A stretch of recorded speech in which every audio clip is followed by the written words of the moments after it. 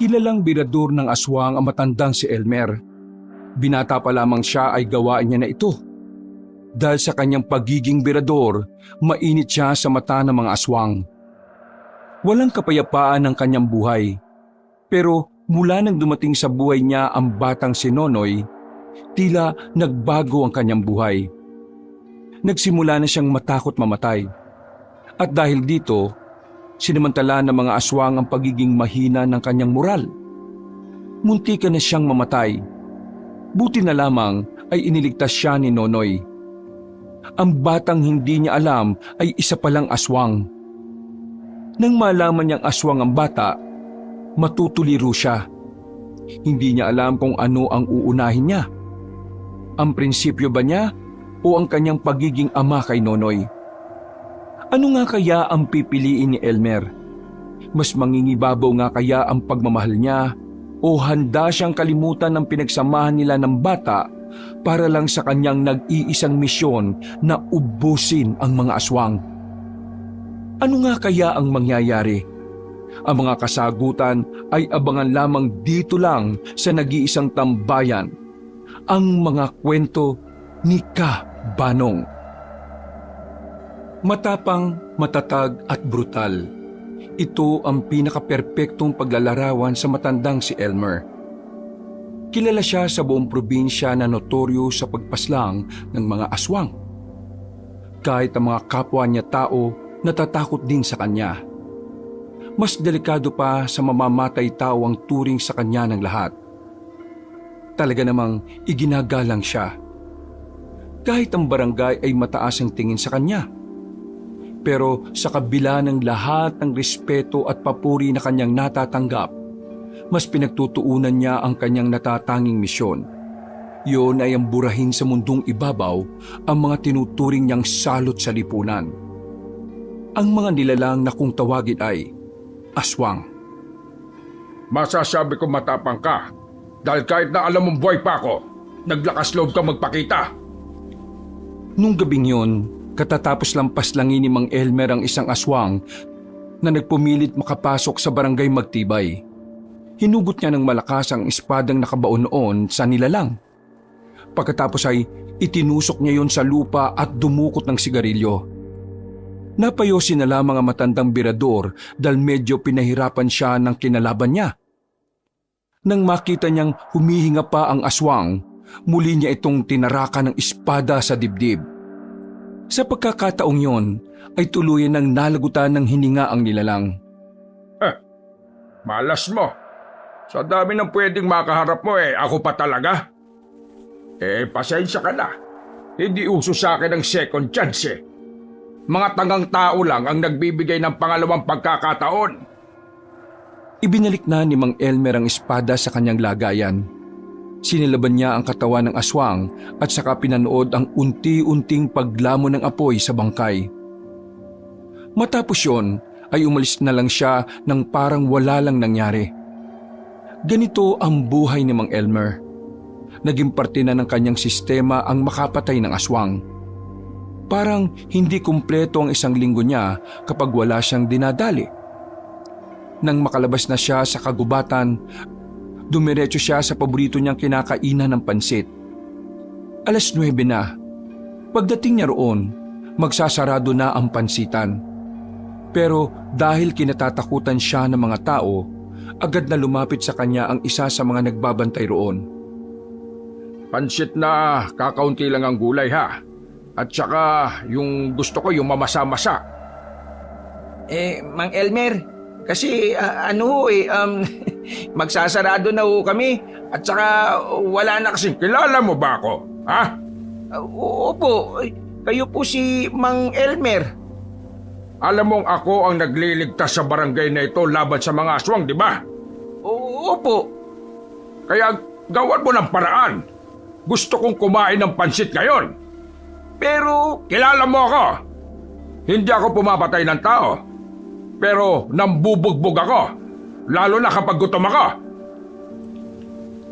Nang ilapag ni Mang Elmer ang espada niya sa mahabang lamesa, takot na kumilos ang binatang si Igan. Napilitan na itong ilabas sa mga imbak nila kahit na kinabukasan pa dapat yon gagamitin. Habang naghihintay sa pansit na niluluto, nadaanan siya ng kapitan ng barangay Magtibay, si Aling Bulet. Kasama ng matandang babae ang mga tanod nito. Rumuronda kasi ang mga yon sa gabi para manghuli rin ng mga aswang. Magandang gabi sa iyo, Kapitana. Mukhang gumaganda ka yata ngayon ah. Hoy, wag mo akong binobola, Elmer. Ano na naman ang ginagawa mo? Nananakot ka na naman ba ng mga tao rito para lang pakainin ka? Nananakot, pero magbabayad naman ako. Padabog na inilapag na matandang lalaki ang pera sa lamesa. Ngumisi ito sa kapitana. O kita mo, magbabayad naman ako eh. No, may pambayad ako. Pero nangiistorbo ka ng mga dapat nagpapahinga na. Kailan mo mababawasan na kaangasan mo, ha? Hindi porke tinutulungan mo ang barangay na to na labanan ng mga aswang dapat palagi ka na lang nasusunod. Oo, kalma lang, Kapitana. Hindi ka naman siguro tumigil dito para lang awayin ako, di ba? Ayusin mo ang pakikitungo mo sa mga tao. Huwag mo silang protektahan kung aabusuhin mo lang din sila. Naglakad na palayo ang kapitanang si Bulet. Napangangan na lamang si Elmer. Kumakamot na lamang siya ng ulo. Sa tagal na kasi nilang magkaibigan ni Aling Bulet, kilala na niya ang ugali nito. Parang nagsisilbing nakatatandang kapatid niya yon na laging naninermon sa kanya. Kaya naman, sa lahat ng tao, ang kapitana lang ang hindi niya kayang bastusin. Makalipas sa mga sandali, ay naluto na rin ang pansit. Binigay niya agad ang kanyang bayad. Palis na sana ang binatang si Igan nang paupuin niya ito sa kanyang harapan. Bakit po? Kulang pa po ba yung niluto ko? Anong tingin mo sa akin, matakaw? Paupo ka dito. Sinunod ng binata ang kanyang sinabi. Takot na takot itong humarap sa kanya. Bakit ka natatakot sa akin? Po? Yung mukha mo, para kang maiihi sa salwal. Ang sabi ko, bakit ka natatakot sa akin? Sabi niyo po kasi nambubugbog po kayo eh. Sa tingin mo, bakit kita bubugbugin? Hindi ko po alam. Wala naman po akong kasalanan sa inyo eh. Yun ang punto ko. Hindi kita sasaktan kasi wala ka namang kasalanan at wala kang ginagawang mali. Kaya bakit ka natatakot sa akin? Hindi nakapagsalita ang binatang si Igan. Hindi niya kasi maintindihan kung ano ba ang gustong iparating na matandang kausap niya. Hindi ako kumakain dito at nakikipag-usap sa iyo dahil wala lang. Nandito ako dahil may kailangan akong sabihin sa iyo. Po? Ano po yun? Aso mo yung dinali ng aswang nung nakaraan, hindi ba? Opo. Aso ko nga po yun. Yung aswang na yon, ayun, pinatay ko na kanina. Napatingin si Igan sa espada ng matandang lalaki. Meron pa kasing dugo roon. May alaga rin kasi akong aso noon. At namatay ang aso ko dahil nasa gasaan. Kaya alam ko ang pakiramdam ng mawalan ng alaga. Ngayon, hoy, bakit ka umiiyak? Nagpapaliwanag lang naman ako. Maraming salamat po talaga kasi binigyan niyo ng hustisya ang pagkawala ni Elmer. Anong sinabi mo, Elmer? Opo, Elmer ang pangalan niya. Kapangalan niyo po yung aso ko. Ay, nako. O, sige na. Huwag ka nang umiyak dahil naiirita ako sa iyo. Kalalaki mong tao tumigil ka na. Umiiyak ka pa dyan, baka masikmuraan pa kita dyan Mang Elmer, hindi ka naman po pala masama eh. Sira ulo ka pala eh. Kailan ba ako naging masama? Sa sobrang takot kasi sa inyo ng mga tao rito, iniisip nila na masama kang tao, na ginagamit mo lang ang pagiging manunugis at birador mo para may dahilan kang mang-abuso dito. Hoy, wala akong inaabusong tao ha. Mga chismosa lang nagpapakalat niyan. Biglang nanahimik si Mang Elmer. Sa hindi malamang dahilan, nakaramdam siya ng kaunting inis. Hindi niya kasi nakala na sa kabila ng mga ginagawa niya para sa barangay Magtibay, ay ganun pala ang iniisip sa kanya ng mga residente. Matapos ang pag-uusap na yon, ay umalis na rin siya. Dumiretso na lamang siya sa kanyang bahay. Pagpasok niya, agad niyang hinubad ang suot niyang nabahiran na rin ng dugo. Napatingin agad siya sa dingding kung saan nakadikit doon ang larawan ng kanyang dalawang kapatid. Ang kanyang kuya at ate na nasawi sa pag-atake ng mga aswang noong bata pa sila. Isang malalim na paghinga ang kanyang ginawa. Napapailing na lamang siya kapag naaalala kung papaanong pinaslang ng mga nilalang ang kanyang dalawang kapatid. Nagsarado na naman ang kanyang kamao. Muli, nabuhay na naman ang kanyang galit. Kuya, ate, pinapangako ko sa inyo, hanggat nabubuhay ako, hindi ko sila titigilan. Isasara na sana ni Mang Elmer ang pintuan nang maramdaman niyang tila merong tao sa bakuran niya. Nagmamadali siyang tumungo roon para tingnan kung sino ang naramdaman niya. Nilibot niya ng tingin ang buong paligid. Nakita niya sa gilid ang isang lalaki. Nakasiksik sa gilid ng drum. Mukhang merong itong tinataguan. Sino ka? Lakas ng loob mo ah! Hindi sumagot ang lalaki. Sumenyas lang ito sa kanya na huwag siyang maingay. Maya-maya pa, dumaan ang mga barangay tanod. Nang masigurong wala na yon, lumabas na rin ang binata. Agad namang kinuha ni Mang Elmer ang itak na nasa gilid ng pintuan. Tinutukan niya agad ang lalaki sa liig. Anong karapatan mo pumasok sa bakuran ko? Sino ka? At bakit ka hinahabol ng mga tanod? Kalma ka lang. Relax lang. Sagutin mo ang tanong ko. Kasi kung hindi, Una. Sasagutin ko na. Apo ako ni Lola Bullet. anong pinagsasabi mo? Nilaloko mo ba ako? Hindi. Totoong sinasabi ko. Ito, tinan mo tong picture naming dalawa. Ito, nasa wallet ko. Pinakita pa ng binata ang larawan nila na matandang babae.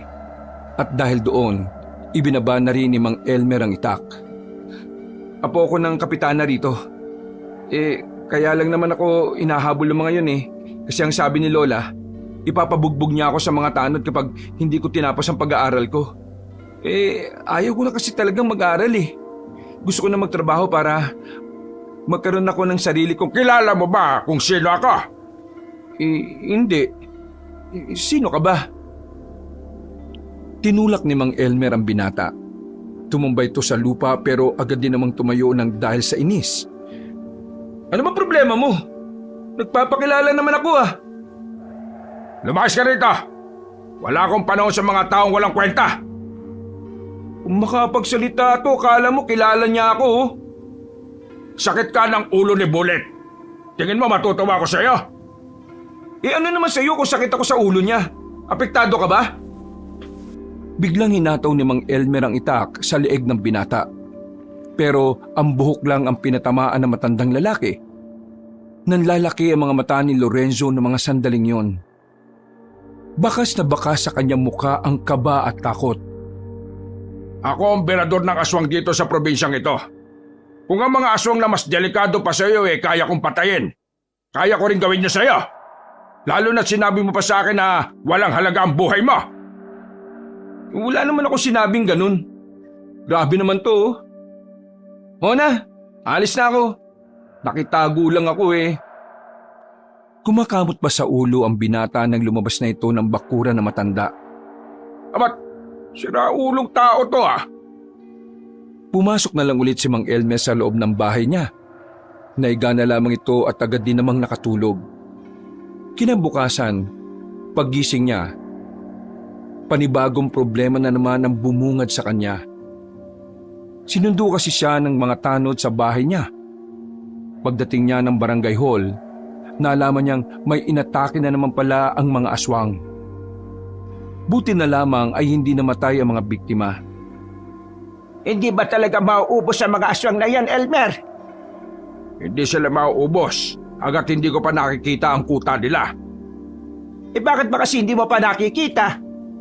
Kasi mahirap silang makita. Ano akala mo sa kanila? Mag-alagala lang kung saan-saan. Nagtatago rin ang mga yan, Bullet. Nitong ang mga susunod na mga araw baka mas dumami pa ang mga aswang na makikita sa probinsyang ito. Kaya kung ako sa'yo, makipag-ugnayan ka na sa iba pang kapitan. Tingin ko idadamay nila ang mga tao sa ibang baryo para gantihan ako. O sige, gagawin ko yan. Pero ikaw ba?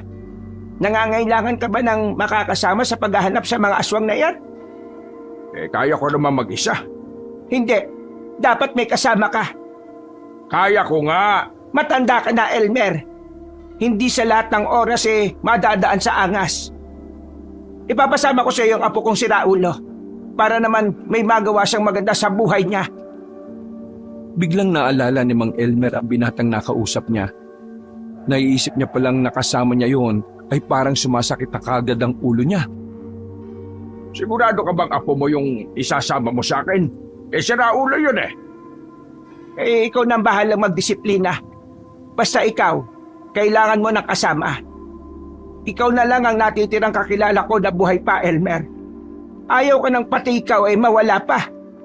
Kaya, pwede ba? Pagbigyan mo na ako sa gusto kong ito. Isang malalim na paghinga na lamang ang nagawa ni Mang Elmer. Hindi niya kasi talaga kayang tanggihan ng kapitana. Sa isip-isip din niya kasi, kailangan niya rin talaga ng alalay. Minsan kasi, nararamdaman na rin niya tila bumabagal na rin siya. Okay, sige. Pero ito lang ang sasabihin ko sa iyo, ha? Hindi ako magiging mabait dyan sa apo mo. Abay, ikaw ang bahala. Umalis na rin si Mang Elmer matapos ang pag-uusap na yon. Inihanda na niya ang kanyang mga gamit. Noong mga oras na yon, ay kating-kati na naman ang kanyang kamay na makapatay ng aswang. Ginaganahan siya. Iniisip niya na kagad kung gaano kabrutal ang gagawin niya. Dakong 5:00 ng hapon, palabas na siya ng bakuran dala ang sandata niya nang biglang makasalubong niya ang binatang si Lorenzo. Ang sabi ni Lola, sumama raw ako sa inyo. Pasamahin mo na ako. Sabi niya kasi kapag sumama raw ako sa inyo, papayagan niya na akong hindi mag-aral. May buwisit naman buhay to. Bakit ngayon kagad? Bay, hindi ko alam. Nag-usap na kayo, di ba? Ay nako, dapat talaga di na ako pumayag Magkakaroon pa ako ng pabigat. Papangako ko sa inyo na hindi ako magiging pabigat. At saka, mga aswang lang naman ang kakalabanin natin Easy-easy lang yan. Takot naman ng mga yan sa tao Napangisi na lamang si Mang Elmer. Natatawa na lang siya sa pagiging mangmang at pagiging ignorante ng binatang si Lorenzo. Ayaw ko ng tatanga-tanga, ha? Gusto ko ng kasamang madaling makapick up. O sige na, tara na. Uy, sandali lang. Di mo ba ako bibigyan ng itak? Binilisan na lamang ni Mang Elmer ang kanyang paglalakad. Noong mga sandaling yon, hindi niya iniintindi si Lorenzo. Nakatuon lamang ang atensyon niya sa kailangan niyang gawin. At yun ay ang hanapin ng mga aswang na gumagala sa kagubatan. Nasaan ang mga aswang? Manahimik ka nga muna, pwede. Ang ingay mo Nakasilip sila noon sa malaking bato sa ilog. Pinakikiramdaman ni Mang Elmer ang paligid. Mga ilang sandali lang, sa halip na aswang ang makita nila, isang batang umiiyak ang nakita nilang tumatakbo papalapit sa kanila. Buwisit, bakit may bata rito? Uy, bata dito! Ari! Tanga! Tinawag mo pa! Magsasama ka pa ng pabigat! Nang makalapit na sa kanila ang bata, merong yung itinuturo. Iyak ito ng iyak, nanginginig sa takot. Tulong! Tulungan niyo po ko! May nakita akong aswang doon! May kinakain silang tao! Sigurado ka bang aswang ang nakita mo? Opo, aswang po yun. Kawawa yung babae. Kinain nila. Tumayo si Mang Elmer sa kanyang pwesto at saka tinutukan ng itak ang bata. Mas lalo namang umiyak ang batang lalaki dahil doon. Uy, anong ginagawa niyo? Bakit niyo tinututukan ng itak yung batang yan? Buwang ka ba? Hindi tayo nakakasigurado kung totoo sinasabi nito. Baka mamaya isa itong aswang at patibong lang yung sinasabi niya. Ibaba niyo yan. Tingnan niyo, takot na takot na yung bata oh. Makakaganyan ba yan kung aswang yan? Ibaba niyo na nga yan. Sa pilitang inalis ni Lorenzo ang itak ng matanda. Nilapitan ni Lorenzo ang bata at saka kinausap. Ituro mo sa amin kung saan mo nakita yung sinasabi mo. Opo, ituturo ko po talaga sa inyo. Sumunod po kayo sa akin. Wala nang nagawa pa matandang si Elmer kundi ang sumunod na lang din sa dalawa. Mga ilang sandali lang, nakarating na rin sila sa sinasabi ng bata. Pero huli na ang lahat. Wala nang buhay ang biktima. Lasog-lasog na ang katawan nito. Kung naniwala kasi kagad tayo, di sana naabutan pa natin buhay tong biktima. Kayo kasi. Ay, manahimik ka ha. Wala kang alam. Baka ikaw ang patay ko dyan Hindi ko kasalanan na namatay ang taong yan. At isa pa, hindi ko rin naman agad pwedeng pagkatiwalaan ng batang yan. Paano kung aswang pala ang batang yan at patibong nga lang ang lahat? May babalik mo ba ang lahat kapag namatay na tayo? Ikaw ngang binata ka. Gamitin mo nga yung katiting mong utak ha. Hindi yan disenyo lang. Napatamimi na lamang si Lorenzo noong mga sandaling yon. Hindi na lang din niya kinontra pa ang sinasabi ni Mang Elmer. Nagkaroon na kasi siya ng ideya kung anong klase ng tao ang matanda. Alam na niyang hindi talaga marunong maawa sa mga tanga si Mang Elmer. Hoy, ikaw bata. Anong pangalan mo? At bakit ka nandito sa kagubatan, ha? Nonoy po ang pangalan ko. Kaya po ako nandito sa kagubatan kasi nanguhuli po ako ng gagamba. Yung mga kasama ko pong bata, hindi ko po alam kung ano na yung nangyari sa kanila Nagiwaiwalay po kami. Alam mo ba kung saan ka nakatira? Umuwi ka na lang sa inyo. Wala po kong maalala Nagising na lang ako kasi kanina dito sa gubat. Tapos may mga bata. Niyaya lang nila akong manguli ng gagamba. Tapos ayun na. Wala na po akong maalala bukod sa sila ang una kong nakita kanina. Bakit? May amnesia ka ba? Ano po yung amnesia? Isang pangyayari sa buhay ng tao na kung saan makakalimutan niya yung ilang parte ng mahalagang nangyari sa buhay niya. Pagkabura ng isipan, dami mo pang pinagsasabi. Yung makakalimutan mo kung anong nangyari sa iyo, ganon. Ibig kong sabihin, ganun po yung nangyari sa akin? Naluloko mo ba kami rito?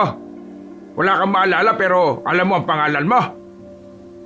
Nonoy po kasi ang ibinigay na pangalan sa akin ng mga nakalaro ko kanina Hindi nagsalita matandang si Mang Elmer.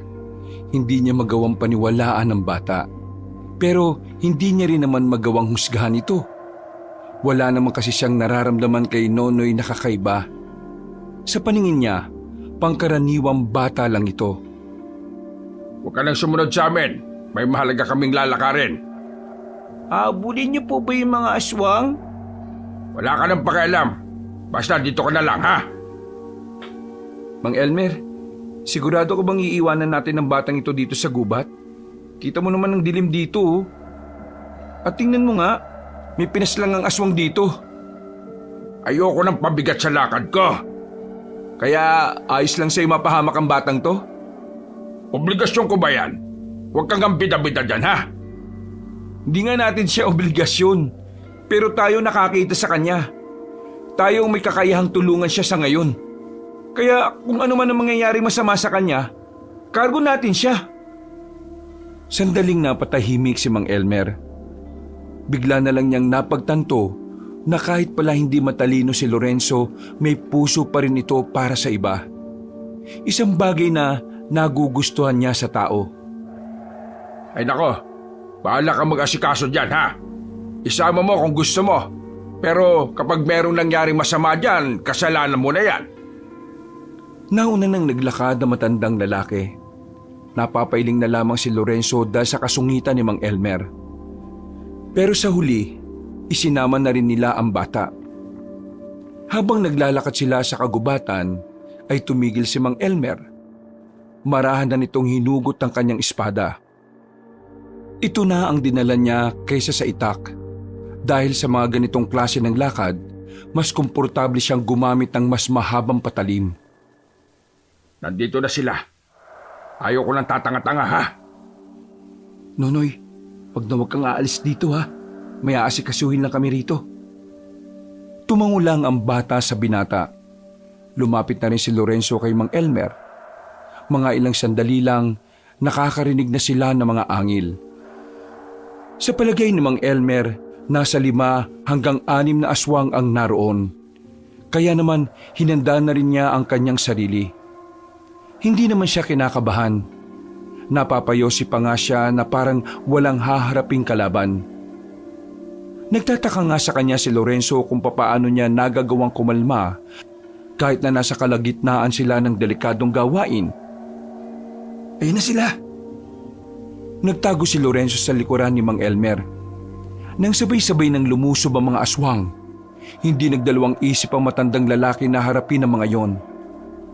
Parang sumasayaw lang si Mang Elmer habang winawasiwas ang kanyang matalim na espada. Tila nilalaro lang ni Mang Elmer ang pakikipaglaban. Napapangangan na lamang din si Lorenzo sa kanyang nakikita. Hindi nito inakala na ganun pala talaga kabangis sa matandang si Elmer. Wala pang 5 minuto, bagsak na ang mga aswang. Pero lahat ng yun ay humihinga pa. O ano? Napanganga ka, no? Hindi yan kayang gawin ng mga katulad mong duwag. Pinatay mo silang lahat? Oo, nakita mo naman, di ba? 6 sila. Gusto mo, ikaw na yung pang-7. Ang galing mo. Hindi ko kailangan ng papuri mo. Ang kailangan ko ngayon, patunayan mo sa akin na kaya mong sabayan ang mga ginagawa ko. Hinagis ni Mang Elmer ang kanyang espada at nasalo naman yun ni Lorenzo. Gumising matandang lalaki at saka sumenyas. Ha? Anong ha? Ikaw na tumapos sa mga yan. Tinira ko talagang buhay ang mga yan para may gawin ka naman. Papatayin ko sila? Oy, bakit? Kaya mo ba silang buhayin? Malamang, patayin mo sila. Kaysa naman ikaw patayin ko. Hinawakan ni Lorenzo na maayos ang espada. Lumapit ito sa isang aswang na naghihingalo. Aamba niya na sana itong itarak ang espada pero huminto ito. Hindi pala kaya ni Lorenzo. Hindi pa pwedeng hintayin na lang natin silang mamatay. Konting buhay na lang naman eh. Walang kwenta! Akin na nga yan! Kahihiyan ka talaga ng lola mo! Duwag! Pagkakuha ni Elmer sa espada, pinagtututusok niya ang mga aswang sa ulo. Talsikan pa ang mga dugo pero normal na lamang yon para sa matanda. Kung ganyan ka kalambot at kaduwag, pakiusap lang ha. Huwag ka nang sumama. Hindi ko kailangan ng duwag. Mahina at walang lakas ng loob. Dismayadong naglakad si Mang Elmer paalis. Bumalik ito sa bahay niya. Pagtingin niya sa likuran niya, sumunod sa kanya si Lorenzo. Nagsalubong ang kanyang kilay nang makitang sumama rin pala sa kanila ang batang si Nonoy. Hindi ka ba talaga nag-iisip? Bakit mo dinala ang batang yan dito? Ayaw niyang umalis eh. Sunod ng sunod. Kaya ayan. Pakiusap po. Wala na po kasi ako mapupuntahan eh. Sige na po. Tulungan niyo po ako. Kahit po utus-utusan niyo po ako dito. Lahat po gagawin ko. Patirain niyo lang po ako sa inyo. Hindi ako nagpapatira nang hindi ko kilala. Hindi mo nga kilala sarili mo, di ba? Umalis kayo rito. Doon kayo sa barangay matulog. Ayaw ko ng kasama rito. Ayaw ko ng sakit ng ulo. Layas! Siguro kaya ka walang kasama sa buhay kasi ganyan ka sa maugali mo eh. Sa sinabing yun ni Lorenzo, tila nagpantig ang tenga ng matandang lalaki. Otomatikong nakaramdam ng inis at galit si Mang Elmer. Para sa kanya, hindi niya matatanggap na mga salitang yun ay manggagaling sa isang mangmang na binata. Binitiwan ni Mang Elmer ang espada at saka hinawakan sa kwelyo ang binatang si Lorenzo. Wala kang alam kung anong dahilan kung bakit ako ganito, ha? Kaya ikaw, Manahimik ka kung ayaw mo makatikim sa akin. Totoo naman kasi. Ang sama ng ugali mo. Pati bata gaganyanin mo. Tinututukan mo pa nga ng... Oo! Masama ugali ko. At kahit kailan, hindi mo mababago yon. Hindi yun mababago ng isang kagaya mong walang ibang alam kung hindi maging problema sa iba. Umalis na kayo! Bago ko pa makalimutan na apo ka ng kaibigan ko. Bintiwan na ni Mang Elmer ang kwelyo ng binata. Papasok na sana matandang lalaki pero nagsalita pa ulit si Lorenzo. Kahit mangmang ako, hindi ako kagaya mo na walang ibang inisip kundi ang sarili lang. Hindi na napigilan pa ni Mang Elmer ang kanyang sarili. Sinuntok na niya sa mukha ang binata. Nagulat si Lorenzo ng mga sandaling yun. Kahit kasi matanda na, malakas pa rin ang suntok na matandang lalaki. Para siyang sinuntok ng boksingero. Wala kang karapatan na magsalita sa akin ng ganyan dahil una sa lahat, wala kang alam kung ano ang pinagmulan ko. Ipis ka lang sa paningin ko. Kaya kahit na anong sabihin mo, kahit kailan, hindi magiging mahalaga sa akin. Inutil! Akala ni Lorenzo ay tapos na si Mang Elmer. Pero hinila na matanda ang kwelyo niya at sapilitang itinayo. Pinagsasasapak siya nito sa muka.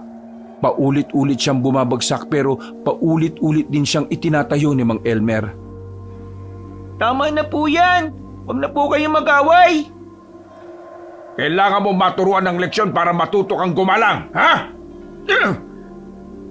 Nang nakaiga na sa lupa ang binata, pinagsisisipa siya ni Mang Elmer. Naawat lang ito na mapadaan ng mga tanod kasama ang kapitana.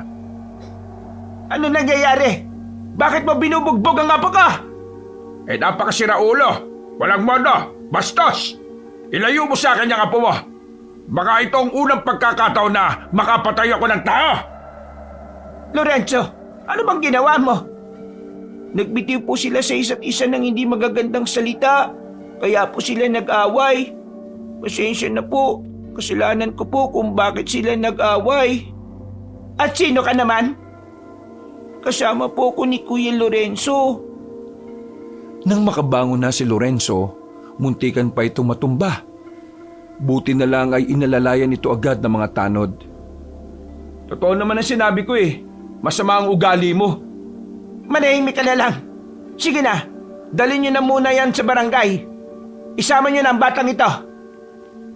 Napabuntong hininga na lamang ang matandang si Elmer. Nilapitan naman siya ni Aling Bulit para humingi ng paumanhin. Pasensya ka na sa apo ko ha. Bulet, alam mong hindi ako mabait sa mga tanga at walang modo. Kaya sana nahubad na niya lahat ng pangit niyang ugali. Dismayadong pumasok na lamang si Mang Elmer. Napabuntong hininga na lamang siya sa nangyari. Kinabukasan, laman na naman ng usapan ng mga aswang na pinaslang ni Mang Elmer. Kagaya ng laging nangyayari, inuulan na naman siya ng papuri. Pero kahit na kailan, hindi naman naging mahalaga sa kanya ang papuri ng mga tao. Ang gusto niya lamang ay maubos na ang mga salot ng lipunan. Habang nagpapakulo ng tubig at tulala sa sinasalang, biglang dumating ang binatang si Lorenzo kasama ang batang si Nonoy. May mga band-aid na ang mukha nito at medyo nakapikit ang kaliwang mata. Ang titigas ng ulo niyo ah!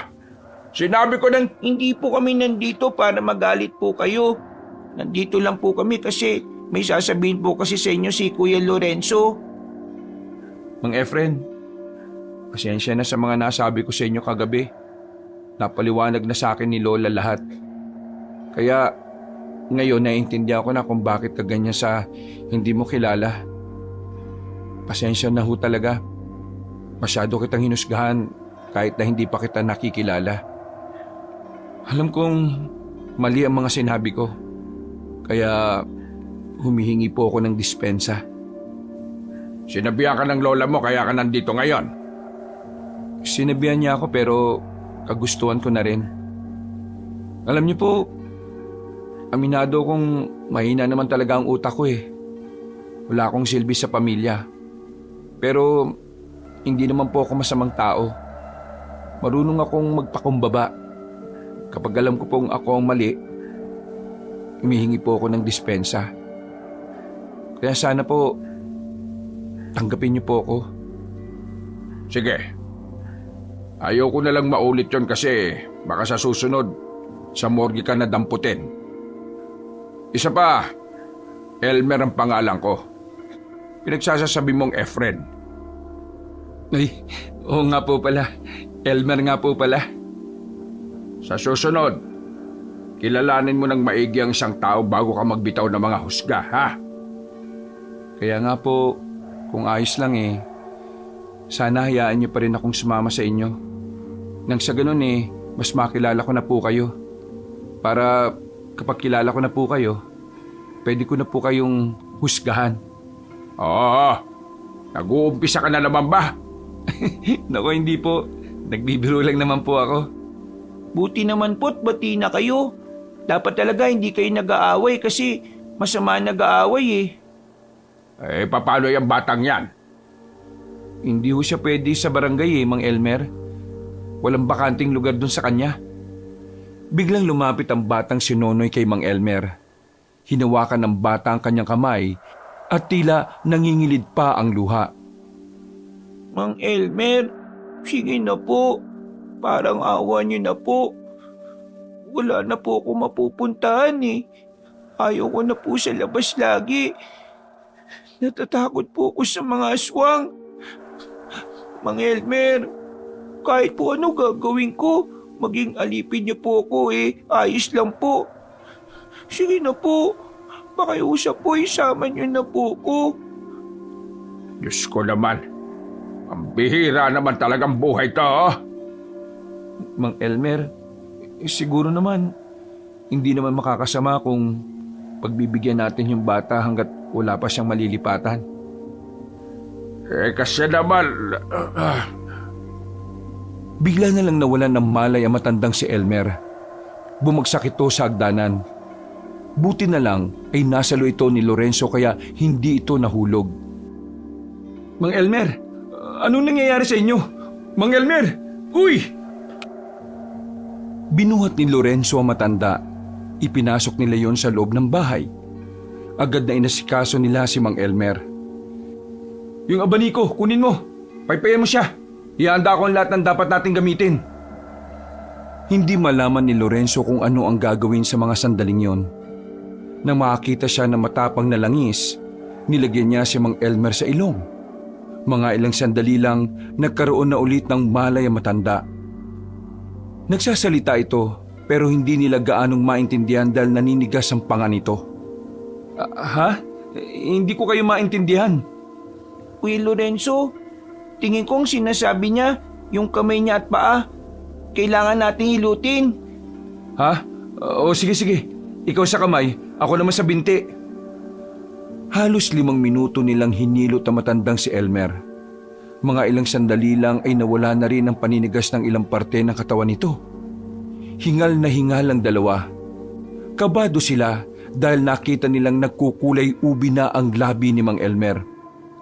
Mang Elmer, kumusta po ang kalagayan niyo? Ayos na po ba kayo? Mang Elmer? Kaya ko na. Ayos na ako. Akala namin, mawawala na kayo, Mang Elmer. Ano ka ba? Masamang magsalita ng ganyan, Nonoy. Munti ka na naman ako. Mang Elmer, ano po bang nangyayari sa inyo? Matagal niyo na po ba itong nararanasan? Wala ito. Huwag nyo nang pansinin. Kailangan niyo pong sabihin sa amin. Para po kapag nangyari ulit yan, alam na po namin ang gagawin namin. Oo, tama si Nonoy. Hindi nyo ako obligasyon para mag-alala. Hayaan nyo ako mamatay. Mang Elmer naman, ayaw namin mangyari yun. Kahit na binugbog mo ko, hindi ko pa rin kayang isipin na mamamatay ka sa harapan namin nang wala kaming ginagawa. Ayaw kong pag-usapan ngayon. Siguro sa susunod na araw na lang. Magsasabi ako sa inyo kapag nasa mood na ako. Mang Elmer, pwede na po ba akong tumira dito? Papayagan kitang tumira dito, pero matuto kang maglinis ng bahay, ha? Opo, kaya ko po yun, Mang Elmer. Pwede po bang tawagin ko na lang din po kayong Tatay Elmer? Ha? Natamimi si Mang Elmer sa mga sandaling yon. Yung kasi ang unang pagkakataon na narinig niya ang pangalan niya bilang tatay.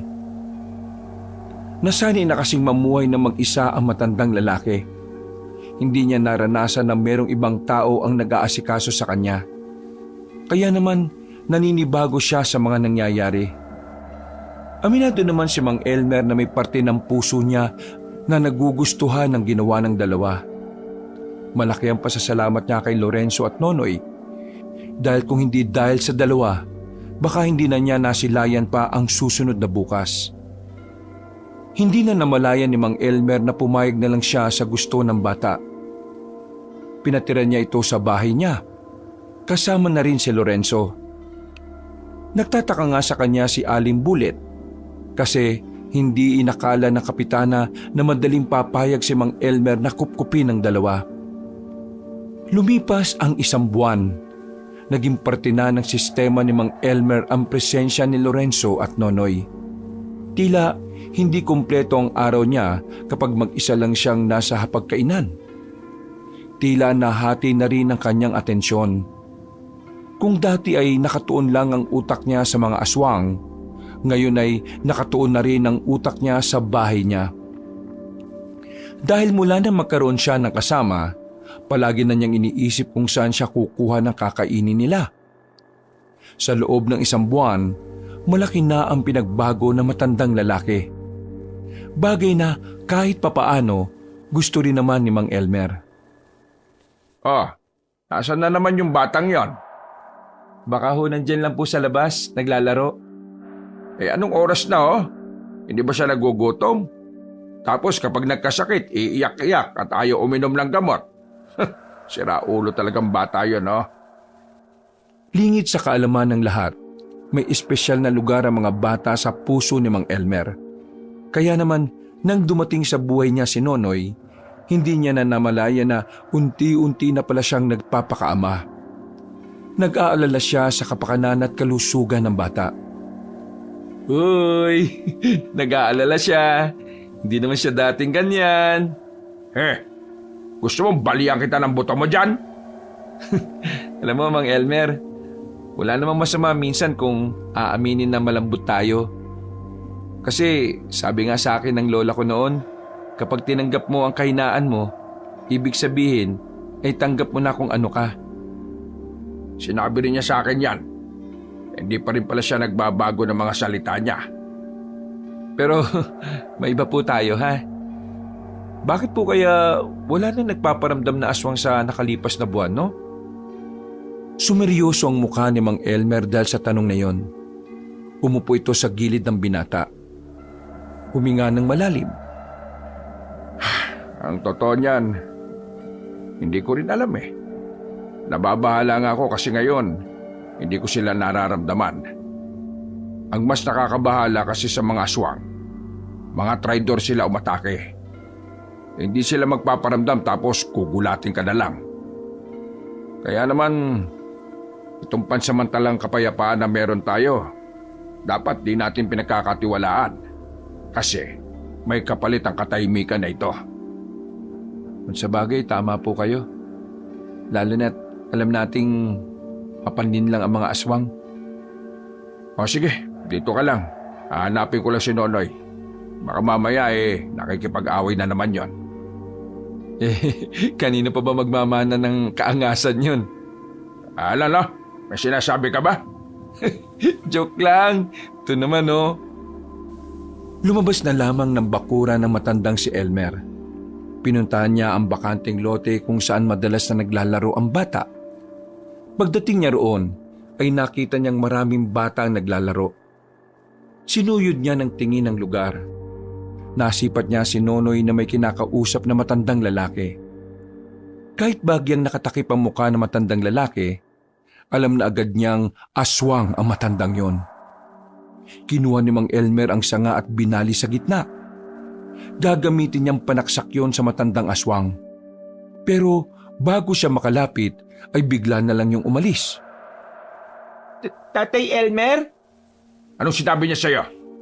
Ang sabi po niya, samahan ko daw siyang bumili ng bigas. Nahihirapan daw po kasi siya maglakad kaya kailangan niya po ng katulong. Nahihirapang maglakad ayun nakatakbo nga kagad. Nonoy, di ba sinabihan kita na huwag ka makikipag-usap sa hindi mo kilala?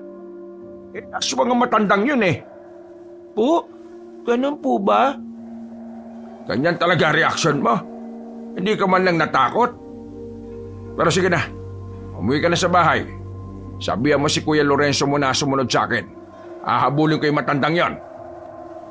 Hindi na nagsayang pa ng oras si Mang Elmer. Tumakbo siya patungo sa pinuntahan ng misteryosong matanda. Nakarating na siya sa bungad ng kagubatan. Tumigil siya. Hindi na muna siya pumasok. Alam niyang mahuhulog lang siya sa isang patibong kung aabante pa siya. Sa susunod na lapitan mo pa si Nonoy, hindi ka makakatakas sa akin. Pasalamat ka dahil wala akong dalang espada. Lumayas ka na! Dahil kapag nakita pa kita ngayon, patay kang matanda ka! Wala siyang natanggap na tugon. Pero naramdaman na ni Mang Elmer na umalis na ang hinahabol niya. Hindi na siya nagtagal doon. Naglakad na lang siya pabalik. Nakasalubong niya pa si Lorenzo na dala ang kanyang espada. Mang Elmer, ayos ka lang ba? Hindi naman ako napalaban Pero masama ang kutob ko. Tingin ko, punteriya din ng mga aswang si Nonoy. Po? Bakit po si Nonoy? Pwede naman ako. Matanda ka na. Anong mapapala nila sa'yo? Makunat ka na. At saka si Nonoy ang punteriya nila dahil alam nilang yun ang kahinaan ko. Hindi kapag ako palang nakuha, ayos lang. Hindi ka manghihina? Patanga ng patanga yung sinasabi mo Uwi na lang tayo. Baka masikmuraan pa kita rito. Dahil sa insidenteng yon, mas lalong naging mapagbantay si Mang Elmer. Hindi niya inaalis ang tingin niya sa batang si Nonoy. Batid niya kasing anumang oras ay maaring dukutin si Nonoy sa kanila. Lumipas pa ang ilang araw hanggang sa umabot na naman ng isang buwan. Mas nababahala na naman si Mang Elmer dahil hindi na naman nagpaparamdam ang mga aswang. Dahil sa ganitong sitwasyon, pinagbawalan na muna niyang lumabas ang dalawa. Sigurado ba kayong dito na muna ako? Paano kayo? Mas kailangan ka ni Nonoy. Gawin mo na lang ang lahat ng tinuro ko sa'yo sakaling malagay kayo sa alanganin. Pero hanggat nandito kayo sa bahay, walang gagalaw sa inyo. Huwag lang kayong lalabas. Sige na, mauna na ako. Tumungo si Mang Elmer sa kakilala niyang Bombay na si Jabar. Ang Bombay na ito ay merong mga kagamitan na pinaparentahan. Sa tuwing may kailangan siyang gamit laban sa mga aswang, si Jabar agad ang naiisip niya. Sasapit na ang gabi nang dumating siya sa bahay ng Bombay. Pagdating niya roon, nakasarado ang pintuan ng tindahan. Lumapit si Mang Elmer at saka kinalembang ang maliit na bell sa gilid ng pintuan. Mga ilang sandali lang ay lumabas na rin ang lalaking balbasarado. O Elmer, long time no see. Buti naman pakita ka na ngayon. Para di na ako mahirap hanap sa'yo at sigil sa'yo utang mo. Ano, babayad ka ba? Hindi ako nandito para magbayad ng utang. Ay naku, naloko na. Ano gawa mo, ikaw punta rito? Utang ka na naman ba? Ay nako, wala na. Lugi na negosyo ko. Nandito ako para bilhin ng isang bagay. Bilhin? E di ikaw pala mayroong pera. Bakit hindi ka muna bayad sa akin? Dahil mahalaga ang gagawin ko. Saka na yung utang ko sa'yo. Hindi pa naman ako mamamatay Ay pambihira. Ikaw talaga. Kahit kailan kawawa ko sa'yo lagi. Ano ba kailangan mo, kaibigan? Gusto kong bilhin ng pulseras na itim na inaalok mo sa akin nung nakaraan. Ang pulseras na kayang tukuyin kung may aswang sa paligid o wala. Ah, aswang. Sabi ko na nga ba? Kasi, alam mo, nakaraan pa may aswang dito. Paikot-ikot. Pero, mga manunugis dito wala kwenta. Hindi nila kaya pas lang ang aswang. O di bali, halika. nandito pa hanap mo. Pumasok sila sa loob ng bahay. Napatingin agad ang mata ni Mang Elmer sa paligid ng bahay. Napansin niya kasing mas maraming bagay na ang nakasabit sa mga pader. Ibang-iba na ang bahay mula nung huli siyang makapunta rito. May kung anong hinahanap si Jabar sa malaki nitong baul. Pagbalik nito, ay daladala na nito ang maliit na kahon. Agad na binuksan ng Bombay ang kahon at bumungad sa kanya ang itim na pulseras. Sigurado kang gumagana to, ha? Kapag ito kalokohan lang, susunugin kita ng buhay. Kilala mo ako, Jabar. Uy, pambira. Ngayon pa ba ako luloko sa iyo? Alam ko ikaw brutal kapag galit. Kaya bakit ako luloko? Saan mo ba to nakuha? Nakwento ko na dati, di ka kasi nakikinig eh. Dati, may isa albularyo na 50-50. Punta dito, bago siya patay. Bigay niya to sa akin. Sabi niya, makakatulong sa pagtukoy sa aswang. Kaya kuha ko na. Tapos yun, patay na siya. Saktong-sakto to. Wala akong alam sa pag-aalbularyo pero tingin ko malaki ang may tutulong ito sa akin. O ano, bili mo na ba? Magkano ba ito? Mura lang, para sa iyo kaibigan. Bigay ko sa iyo 700. 700? Anong mura doon? Murahin kita dyan eh. Oo, naku. Huwag ka kuripot. Ako wala kita ngayon. Baka makita mo hanap mo. Aba, umapalag ka na pala ngayon, ha? Hindi, biro lang. O naman seryoso masyado eh. O sige na, binta ko na sa iyo 500. Visit ka. Pati ako tutubuan mo parang malaki. Inabot na ni Mang Elmer ang pera at saka kinuha na rin ang pulseras. Paalis na sana matandang si Elmer nang may pahabol pa sa kanya si Jabar. Kaibigan, ingat ka ba lagi? Kaibigan kita, kaya ako nag-aalala sa iyo. Sila mag-ingat sa akin. Ngayon mga aswang, tingin ikaw galit sa iyo. Dami mo kasi pinatay na aswang eh. Kaya ikaw kaibigan ha, ikaw ingat. Kapag namatay ka, wala na akong kaibigan. Alala ko rin ang utang mo, paano mabayaran? Ay nako, ikaw rin, mag-iingat ka rin palagi. At hindi ako mamamatay, mababayaran ko yung utang ko sa iyo. Alam mo, ikaw lang yung nag-iisang pinagkakatiwalaan ko bukod kay Bullet. Tinapik niya si Jabar sa balikat at saka ngumiti na malapad. Nginitian na lamang din ni Mang Elmer ang kaibigang Bombay. Matapos yun, umuwi na rin siya sa kanyang bahay. Inabutan niya naroon ang dalawa. Oh, buti naman at nandito na kayo. Ay bakit? May nangyari ba habang wala ako? Wala naman. Pero kanina, may napansin ako kay Nonoy. Napansin na ano? Ikaw, kung ano-ano na naman ang naiisip mo, ha? Hindi, kanina kasi pag uwi ko, nakita ko sa kaninang binubuhat yung drum natin na may laman na tubig. Tingnan mo, nasa ibang posisyon na yung drum. Napalingon na matandang si Elmer sa kinaroroonan ng drum. Nakumpirma niyang wala na sa dating forma ang drum. Pero hindi magawang paniwalaan ni Mang Elmer ang sinabi ni Lorenzo. Sa liit kasi ng batang si Nonoy, napakalabong mabuhat ng bata ang ganoong kalaking drum.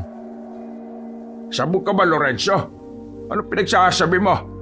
Ang liit-liit lang ni Nonoy paano niya mabubuhat ang drum na may laman na tubig?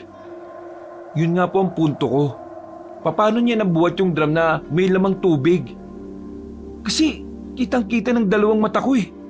Hindi ako gumagawa ng kwento. Tapos, eto pa meron pa. Abay, pambihira naman. Ganito yun. Ilang araw ka nang napapansin si Nonoy na parang laging tulala. Kapag kinakausap mo siya, parang lutang.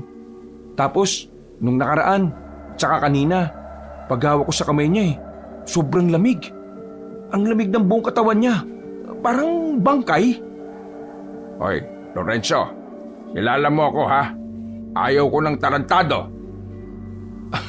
Alam kong paborito mo si Nonoy.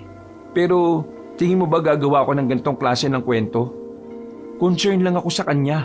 Kaya nga sinasabi ko sa iyo to kasi nagbabaka sakali akong alam mo kung anong nangyayari sa kanya. Napaisip si Mang Elmer sa sinabi ni Lorenzo. Kahit na nag-aalangan siyang paniwalaan ang sinasabi ng binata, may kung anong parte ng kanyang utak ang tila nag-uudyok sa kanya para obserbahan din ang bata. Alam niya rin kasi sa sarili niyang hindi pa nila lubusang kilala ang bata. O sige. Pakikinggan kita. Uobserbahan ko si Nonoy. Kinagabihan, hindi inalis ni Mang Elmer ang kanyang atensyon sa batang si Nonoy. Bawat kilos ng bata ay binabantayan niya. Pero wala naman siyang nakikitang kakaiba. Nagtataka siya sa binata. Alam niya kasing hindi naman mag-iimbento ng kwento ang binata. Lalo na't alam ni Lorenzo na pwede na naman siyang malintikan. Nonoy, may kakaiba ka bang nararamdaman sa katawan mo? Kakaibang nararamdaman? Wala naman po. Bakit po? Wala naman. Inaalam ko lang kung may sakit ka ba o wala. Kahapon po, malamig po ang katawan ko. Ganun po ba kapag walang lagnat? Malamig ang katawan mo? Paano malamig? Para po kasing lamig po ng tubig sa banga. Sa puntong ito, tuluyan ang nakumpirma ni Mang Elmer na totoo nga ang sinasabi ni Lorenzo sa kanya. Hindi niya sigurado kung ano ang nangyayari sa bata. Tatay Elmer, ayos lang po ba kayo? Oo. Ayos lang naman ako. Sige na. Matulog ka na at matutulog na rin ako. Pumasok na lamang ang bata sa silid, habang silang dalawa naman ni Lorenzo ang magkasamang natulog sa sala. Habang nakahiga ay nakatingin siya sa kisame. Iniisip ni Mang Elmer ang batang si Nonoy. Habang tumatagal, mas lalo siyang nakakaroon ng interes na alamin kung ano ba talaga ang pinagmulan ng bata. Kung may alam lang sana siya sa pag-aalbularyo, madali na lang sana niyang matutukoy ang katauhan ni Nonoy. Pero isa lang naman siyang birador na ang alam ay pumatay lang ng pumatay ng aswang. Kakaisip ay nakaramdam na rin ng antok ang matandang si Elmer. Kinaumagahan, paglabas niya ng bahay, nagtataka siya dahil nakangiti agad ang mga tao sa kanya. Nakita niyang dumating din si Lorenzo na galing sa labas. May dala itong pandesal at kape. Mang Elmer, ang angas mo naman pala. Putok na naman ang pangalan mo. Buti, wala kang putok, no? Inilapag ng binata ang mga dala nito sa lamesa. Tuwang-tuwa itong umupo at saka nagdikwatro pa. Sikat ka pala talaga, no? Biruin nyo, pinatay niyo yung 10 aswang kahit mag-isa ka lang. Ano pinagsasabi mo, Lorenzo? Sus! Kunwari ka pa. Huwag ka na magpahambol, no? Hindi bagay sa'yo. Ay, hindi ako lumabas ng bahay kagabi, ha? Natulog ako. Magkatabi tayo magdamag. Lo, talagang pahambol pa, oh. Hindi nga ako lumabas kagabi. Kaya hindi akong pumatay sa mga aswang na sinasabi mo. Hindi ko nga rin alam yan, eh. Ha? Kung hindi ikaw, sino? Aba, hindi ko alam. Kinuha na ba ang mga bangkay ng aswang? Hindi pa po. Hinihintay pa nga ang susunog sa mga bangkay, eh. Oh, saan kayo pupunta? Uy, sandali, sasama ako! Mabilis na naglakad ang matandang si Mang Elmer patungo sa kinalalagyan ng bangkay ng mga aswang. Nang makarating na sila roon, ay agad niyang sinuri ang mga yon. Pagtingin niya sa mga hiwa sa katawan, nagtataka siya dahil hindi yun hiwa na gawa ng kahit na anong patalim. May ilang parte din ng aswang ang nakabuka at halos lumabas na ang laman loob. O ano, nalaman niyo po ba kung sino may gawa niyan? Hindi isang albularyo. Hindi rin isang manunugis o antigero. Hindi tao may gawa nito. Ano po? Ibig niyong sabihin, ibang nilalang ang pumaslang sa mga aswang? Hindi ko alam kung tama ang hinala ko. Pero tingin ko, aswang din ang pumaslang sa mga aswang na ito. Po? Paano mangyayari yun? Di ba friends forever ang mga aswang? Nakita ko po ang pangyayari. Napalingon sila sa gilid ng marinigang tinig na iyon ng binatang si Igan. Nakatayo ito sa gilid ng puno. Parang nahihiya. Hindi makatingin ng maayos. Natatakot kay Mang Elmer. Ano nakita mo? Nakita ko yung patayan sa pagitan ng mga aswang at ng nag-iisang aswang. Malakas yung isang aswang. Sobrang bilis. Teka. Paano kami maniniwala sa'yo? Paano mo makikita di ba lagi ka lang nasa karinderya? Naglalakad ako pauwi. Galing ako sa pinsan ko nang marinig ko mga nakakatakot na angil ng mga aswang. Sa takot ko, nagtago ako sa kagubatan. Hindi ko inaasahan na doon pala sila nakabang. Nakita ko sila. Grabe, nakakatakot. Para mga gutom na hayop sa gubat. Akala ko nga mamamatay na ako eh. Pero bigla na lang may dumating na isa pang aswang. Madilim kaya hindi ko mamukaan. Kahit man lang suot niya, hindi ko naaninag. Pero nakakasiguro ako na maliit ang nilalang na yun. Mas maliit sa mga aswang na kinalaban niya. Tingin ko parang batang aswang lang yun. Ano? Bata? Sigurado ka ba sa nakita mo? Hindi nga ako sigurado. Basta para siyang bata, maliit Pabuti niligtas niya ako. Pero hindi ko pa din alam kung bakit niya ako niligtas Lalong naguluhan ang utak ni Mang Elmer sa mga sandaling yon. Ito kasi ang unang pagkakataon na nakarinig siya ng ganoong kwento. Ang pagkakaalam niya rin kasi, malabong mag-away-away ang mga aswang. Hanggang sa makabalik na sila ng bahay. Balisa pa rin ang utak ni Mang Elmer. Sumasakit na ang ulo niya sa kakaisip. Nang magtanghalian na sila, magkakaharap na rin sila sa iisang lamesa. Tahimik lang ang batang si Nonoy. Ibang-iba ito kumpara sa mga nakaraang araw na parang laging masigla at makulit. Nonoy, malapit na magpasukan. Napag-usapan namin ni Mang Elmer na ipapasok ka na namin sa paaralan. Para naman mas ma-enjoy mo pa yung kabataan mo at may matutunan ka. Huwag ka mag-alala, tutulungan ka ni Lola sa pang-araw-araw na baon mo. Naku, marami pong salamat. Gusto ko din naman po kasing mag-aral Kaya nga dapat pagigihan mo kapag nag-aaral ka na ha. Teka, ano yan? Bakit may sugat ka sa kamay? Tsaka, ang lalim niya na. Maging si Mang Elmer ay nabahala rin nang makita ang braso ng bata na may hiwa. Hindi naman sobrang laki pero medyo malalim. Unang tingin pa lang ni Mang Elmer, alam na agad niyang ito ay isang kalmot. Wala yan. Sumabit po ako sa alambre. Bakit parang hindi masakit? Di ka ba nasasaktan? Ayos ka lang ba? Ayos lang naman po. Hindi naman po ako nasaktan ng sobra. Habang nag-uusap ang dalawa, bumagal ang pagmuya ni Mang Elmer. Kinakabahan siya. Hindi niya kasi gusto ang pumapasok na hinala sa kanyang utak.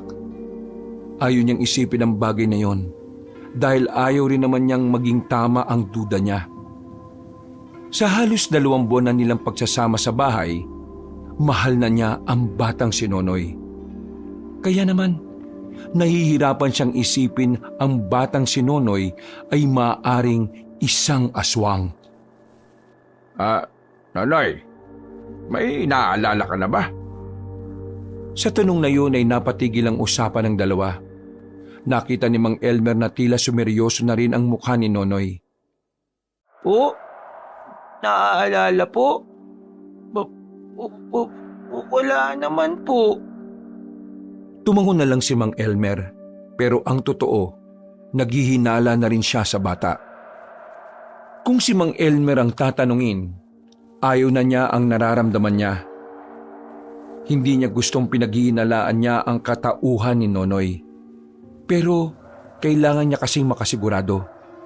Dahil sa oras na mapatunayan niyang aswang nga si Nonoy, siguradong malalagay rin ang buhay ng bata sa panganib.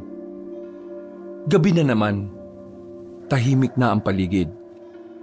Habang mahimbing na ang tulog ni Nonoy, lihim niyang kinausap si Lorenzo.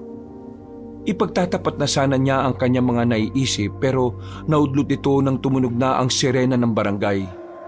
Isang senyales na ang kanilang barangay ay pinasok na ng mga aswang.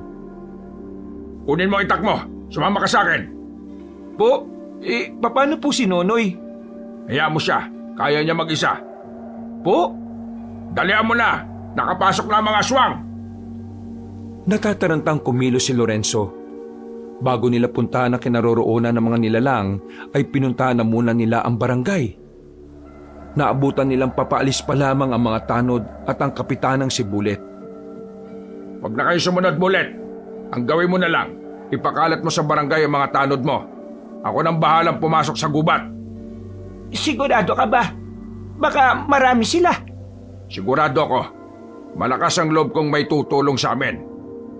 Buang, ayaw mong tulungan ka ng mga tao ko tapos aasa ka may tutulong sa inyo. Ayos ka lang ba, ha? Sige na, sundin mo na lang ang sinabi ko. Wala na ring nagawa pa ang matandang babae. Pinakalat nito ang mga tanod at saka umalis na rin si Mang Elmer at Lorenzo. Mabilis nilang tinungo ang naririnig nilang mga hiyaw. Nang makarating na sila sa gubat, dito na nagsimulang maghanda ang dalawa. Mang Elmer, bakit mo ba kasi hindi pinasama ang mga tanod? Sino ba kasing tinutukoy mo na tutulong sa atin? Yung aswang na sinasabi ng binatang taga-karinderya. Aswang nga rin yun eh. Magtitiwala ba tayo doon? Dito natin malalaman kung talagang kakambi ba siya o hindi. At malalaman mo na rin kung sino siya. Tumigil ang dalawa sa paglalakad nang maramdaman na ni Mang Elmer ang presensya ng mga nilalang. Pagtingala niya, nakita niya sa sanga ng puno ang isang matandang lalaki. May dala itong lampara kaya namukha na niya yon. Hindi pamilyar ang mukha na matanda sa kanya, pero sigurado siya na ang matandang yon ang nakausap ni Nonoy sa bakanting lote. Mang Elmer, sino siya? Tila medyo nagbago ang aura ng mukha mo. Ganyan ba talaga kapag meron ka ng pinoprotektahan? Hindi kita kilala. Magpakilala ka, matanda ka. Dahil interesado ka naman pala kung sino ako. Kaya sige, magpapakilala ako sa iyo. Ako si Magno, ang tumatayong leader ng mga aswang ngayon dahil pinatay mo ang pinuno namin.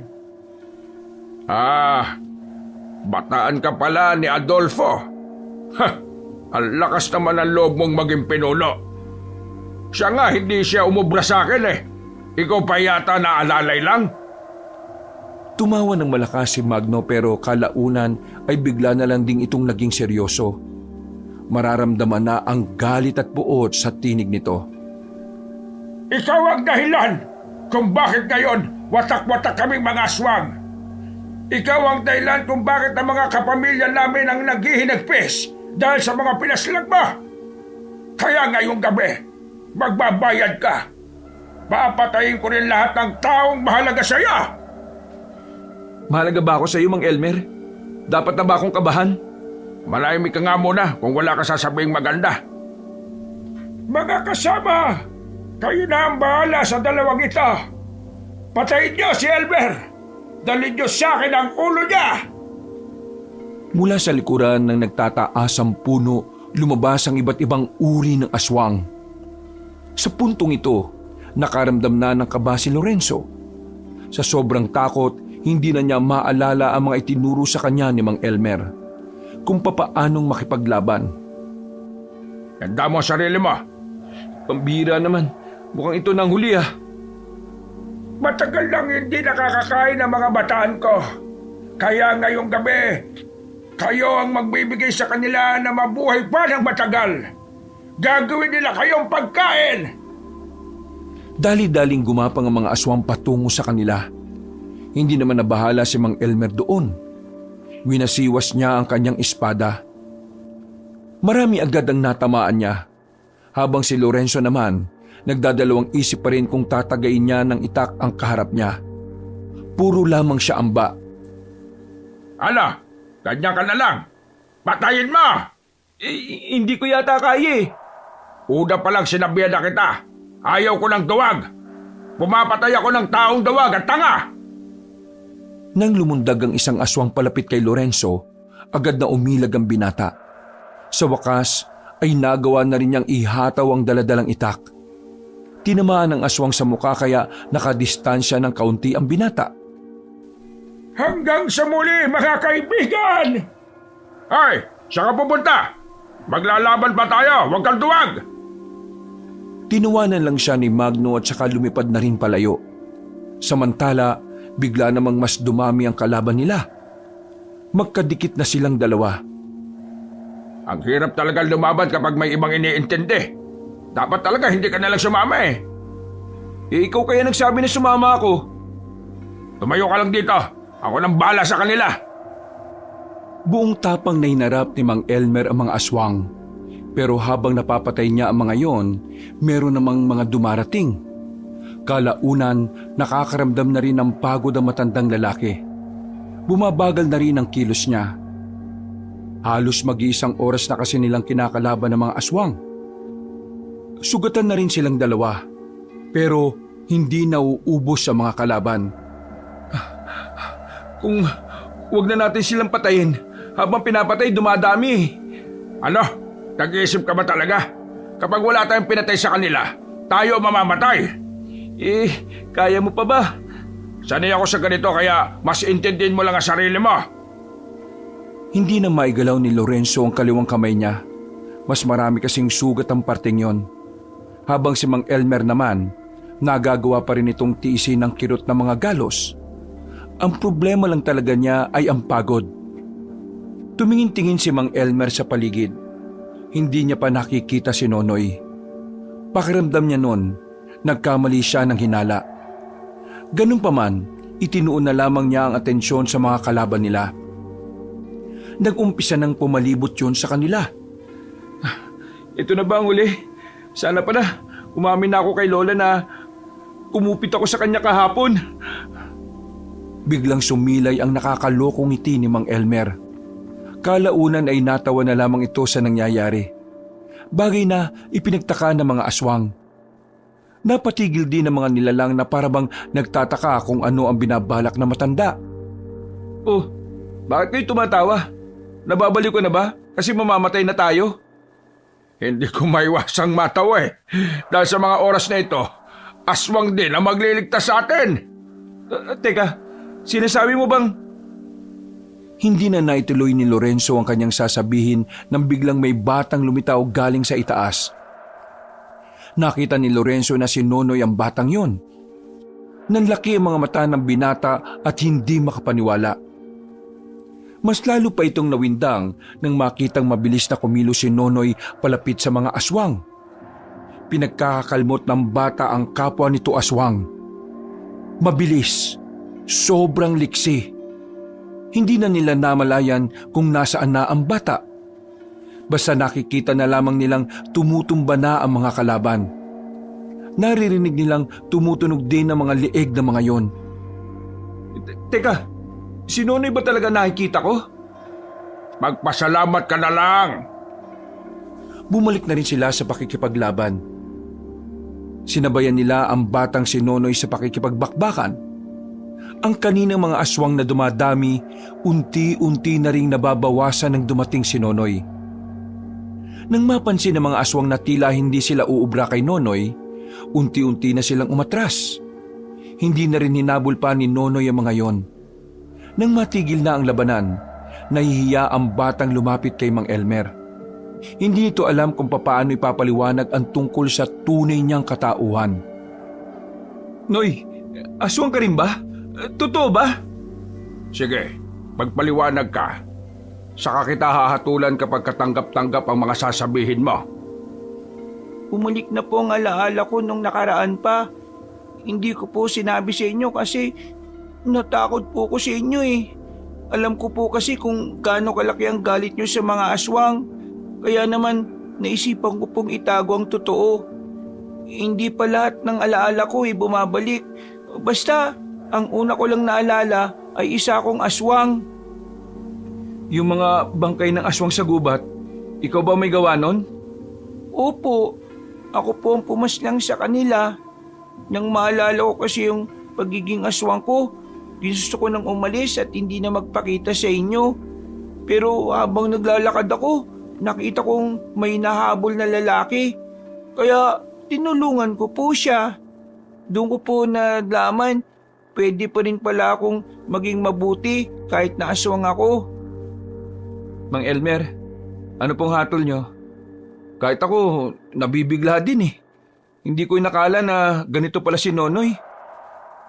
Kung ano man po ang gagawin niyo sa akin, maluwag ko pong tatanggapin. Alam ko pong kalaban niyo mga aswang. Kaya kung papaslangin niyo din po ako bilang parte ng misyon po ninyo, hindi po ako magtatanim ng sama ng loob. Mamamatay po ako masaya dahil sa mga kamay niyo po ako namatay. Hindi. Walang papanaw. Ano pong ibig niyong sabihin? Ipangako mo sa akin na ang pagiging aswang mo ay gagamitin mo sa kabutihan. Kapag nagawa mo yan, ikaw ang kauna-unahang aswang na hinayaan kong mabuhay. Isa pa, hindi ka na ibang tao sa akin eh. Tinuring na rin kitang anak kaya mahirap para sa akin ang sinasabi mong paslangin ka. Naniniwala ako sa iyo. Naniniwala akong kaya mong maging mabuti. Kaya sana mangako ka, magiging mabuti ka. Hindi lang sa akin, hindi lang sa aming dalawa, kundi para sa lahat. Opo, pinapangako ko pong magiging mabuting aswang ako. Tutulungan ko po ang mga tao para makamit po natin ang kapayapaan. Mabuti naman at binigyan nyo ng konsiderasyon tong batang to. Pero, Nonoy, hindi mo ba kami kakagatin? Hindi naman po ako kumakain ng laman ng tao eh. Kapag nagugutom po ako, sa gubat po ako naghahanap ng hayop na pwedeng kainin. Sa ngayon, itatago natin sa ibang tungkol dito. Kapag nalaman ng mga tao na aswang ka at nasa poder kita, pareho tayong malalagay sa alanganin. Lalong-lalo ka na, Nonoy. Papatayin ka ng taong bayan. At hindi ko kakayanin kapag nangyari yun sa'yo. Opo, tatandaan ko po ang mga sinasabi ninyo. Pagkatapos ng senaryong yun ay umalis na rin sila doon. Kinaumagahan, si Mang Elmer na naman ang kinilalang pumaslang ng mga aswang. Hindi rin naman kasi nila masabi na si Nonoy ang halos umubos sa mga nilalang. Iritang-irita si Mang Elmer dahil kada dadaan sa bahay nila, nakakatanggap siya ng papuri na alam naman niyang hindi dapat para sa kanya. Iniisip na lang niya na mas mainam na siya ang kilalaning gumawa nun kaysa malaman ng lahat kung ano ba talaga ang katauhan ng batang si Nonoy. Nasundan pa ng nasundan ang pagkamatay ng ibang aswang na nagtatangkang makalapit sa baryo nila. Lahat ng yon, si Nonoy ang gumagawa. Pinipigilan naman ito ni Mang Elmer, pero sadyang hindi yun nakikinig sa kanya. Gusto talaga ni Nonoy na siya mismo ang uubos sa mga kalahi niya. Alam mo naman na delikado ang ginagawa mo. Paano na lang kung mapahama ka? Tapos kami, wala kaming kaalam-alam. Sarap-sarap ng tulog namin tapos ikaw pala patay na. Hindi naman po ako napahamak eh. Ayos lang naman po ako.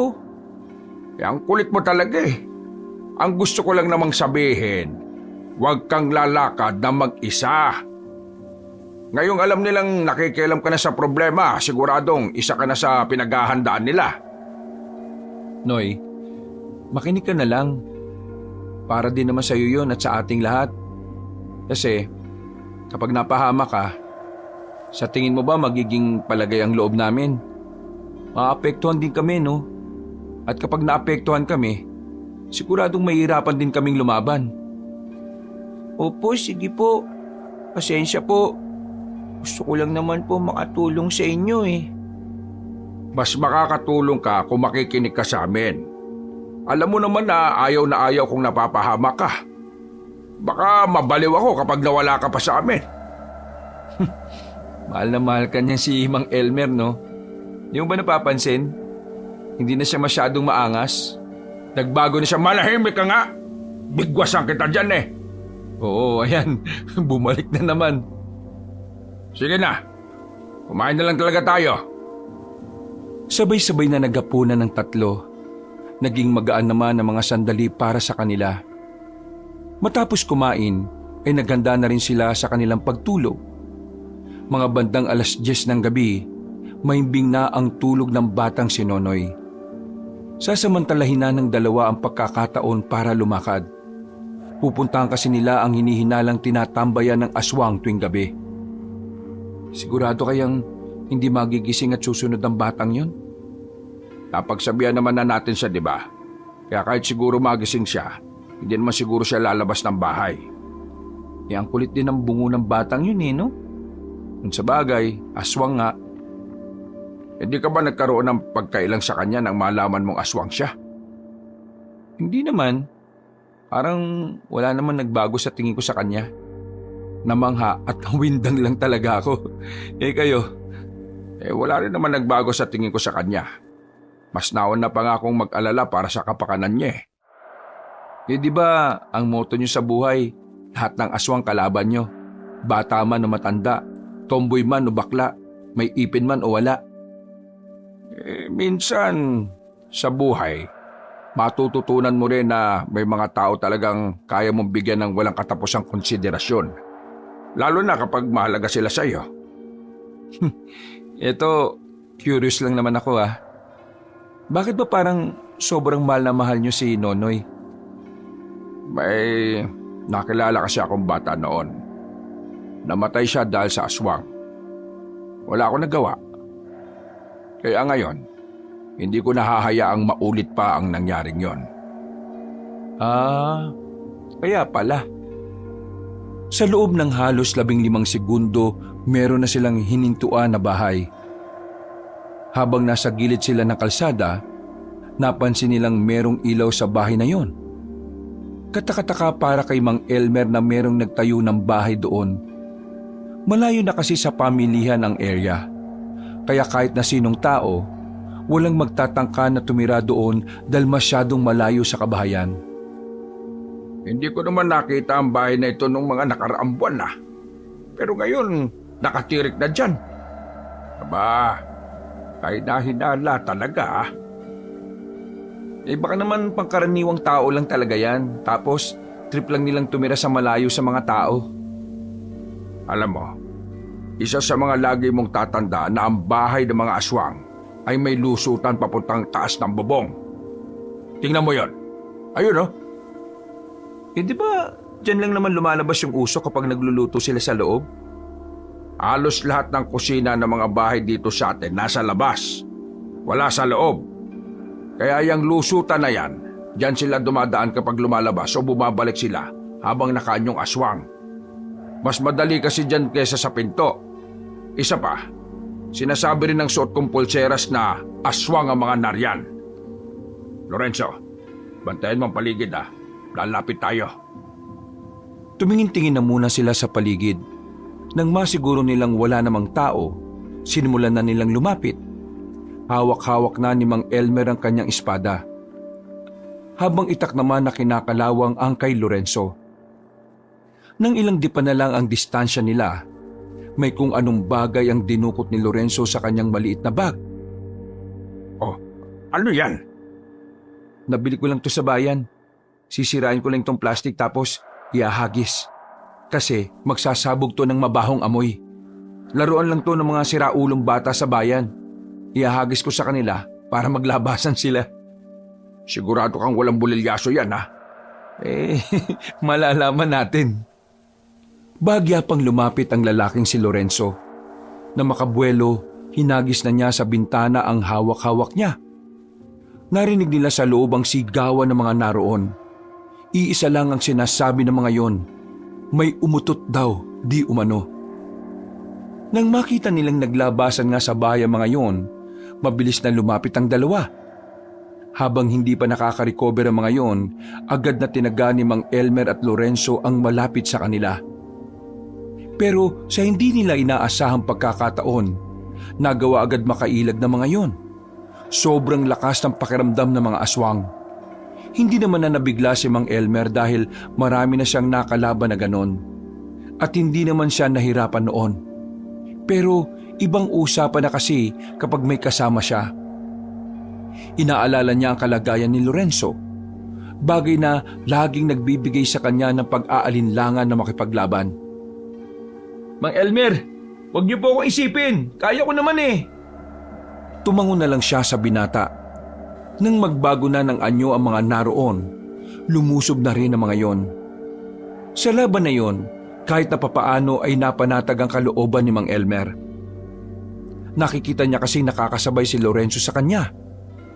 Sa ilang buwan na kasi nilang magkasama, tila natuto na rin si Lorenzo kung papaano humarap sa mga kalaban.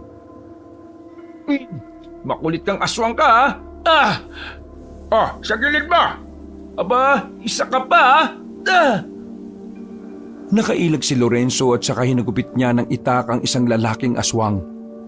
Nang mapabagsak niya yon, humawi pa siya ng buhok at pakyut na tumingin kay Mang Elmer. Ayos ba? Aray! Bigla na lamang kinagat sa paa si Lorenzo ng isang aswang na naghihingalo. Mabuti na lang ay pinukulan agad ni Mang Elmer ng maliit na kutsilyo ang aswang, kaya nakabitiw din yun kaagad. Wisit! Pasira sa moment! Dami mo kasing alam eh. Ang sabi ko mag-focus ka. Puro ka katarantaduhan. Seryosohin mo kasi. Buhay mo nakataya dito. Sige, pasensya na. Akala ko kasi ako bida rito eh. Pero nasa na bang iba? Nakatakas na. Kaya mo pa bang tumakbo? Hindi na. Masakit eh. Ikaw na lang. Hindi ko na sila susundan. Delikado ka rito. Baka balikan kanila. Inakay na lang ni Mang Elmer ang binata. Pinaupo na muna niya ito saglit sa gilid. Pumasok siya sa loob ng bahay. Amoy na amoy pa rin niya ang baho sa loob. Pero mas nakapukaw ng tingin niya ang mga naiwan sa lamesa ng mga aswang. Isang mapa na iginuhit lang. At ang mapa na yon ay ang mismong kanilang barangay at ang mga katabing lugar. Aba, lihiti mong plano ito ng mga aswang ah. Mukhang mga opisyal pa lang dinali namin. Kita niya sa mapa ang taktika na maaring gawin ng mga aswang. Kaya naman kinuha niya ang mapa na yon. Palagay niya kasi ay malaki ang may tutulong nito para mapagandaan ang inihahandang kasamaan ng kampo ng kadiliman. Oh, hindi niyo man lang ba ako akayin? Hindi naman malalim ang kagat sa iyo eh. Kaya mo na maglakad. Sus ko, pambira naman oh. Kahit na hirap si Lorenzo, pinilit na lamang nitong makasunod sa matandang lalaki. Buti na lang din ay may napadaan na tricycle at agad naman silang sumakay. Huwag kang iiyak mamaya ah. Gagamutin ko ang sugat mong yan. Bakit? Sobrang sakit ba ang gamot? Oo. Pero mas masakit kapag namatay ka dahil sa kagat ng aswang. Madali silang nakarating ng barangay. Pero laking pagtataka nilang dalawa nang maabutan nilang walang tao sa bahay. Wala na sa higaan ng mahimbing na natutulog na bata kanina. Nabahala si Mang Elmer noong mga sandaling yon.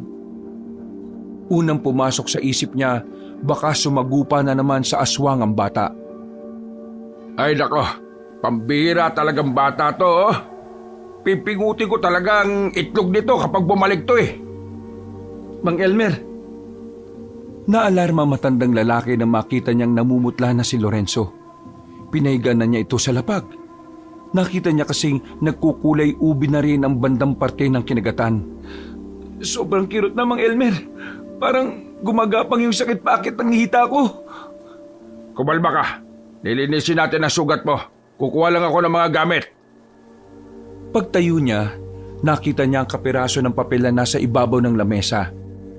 Nang basahin niya ang nakasulat, nanlaki ang mga mata niya nang malamang kinuha ng mga aswang ang batang si Nonoy. Napalunok ng laway ang matandang lalaki. Ito ang unang pagkakataon na nabahala at kinabahan siya. Hindi niya kayang may mangyaring masama sa bata. Pero hindi rin naman niya pwedeng iwan si Lorenzo. Napamura na lang siya sa kanyang isipan. Kahit gusto niya nang puntahan agad si Nonoy, kailangan niyang mas unahin si Lorenzo dahil nasa panganib ang buhay nito at ito ang mas malapit sa kanya. Kinuha na niya ang mga gagamitin niya para linisin ang sugat ng binata. Maya-maya pa ay sinimulan na rin niya ang paglilinis. Halos mapaos ang binatang si Lorenzo sa kakasigaw dahil sa hapdi ng mga nilagay ni Mang Elmer. Naawa na lang din siya sa binata pero yun lang ang pinakamabisang gamot para mapatay ang bakterya na galing sa bibig ng aswang. Kapag hindi kasi naagapan yon, maaring kumalat ang bakterya at pwede nitong sirain ang organ ng binata. Mang Elmer, mamamatay na ba ako?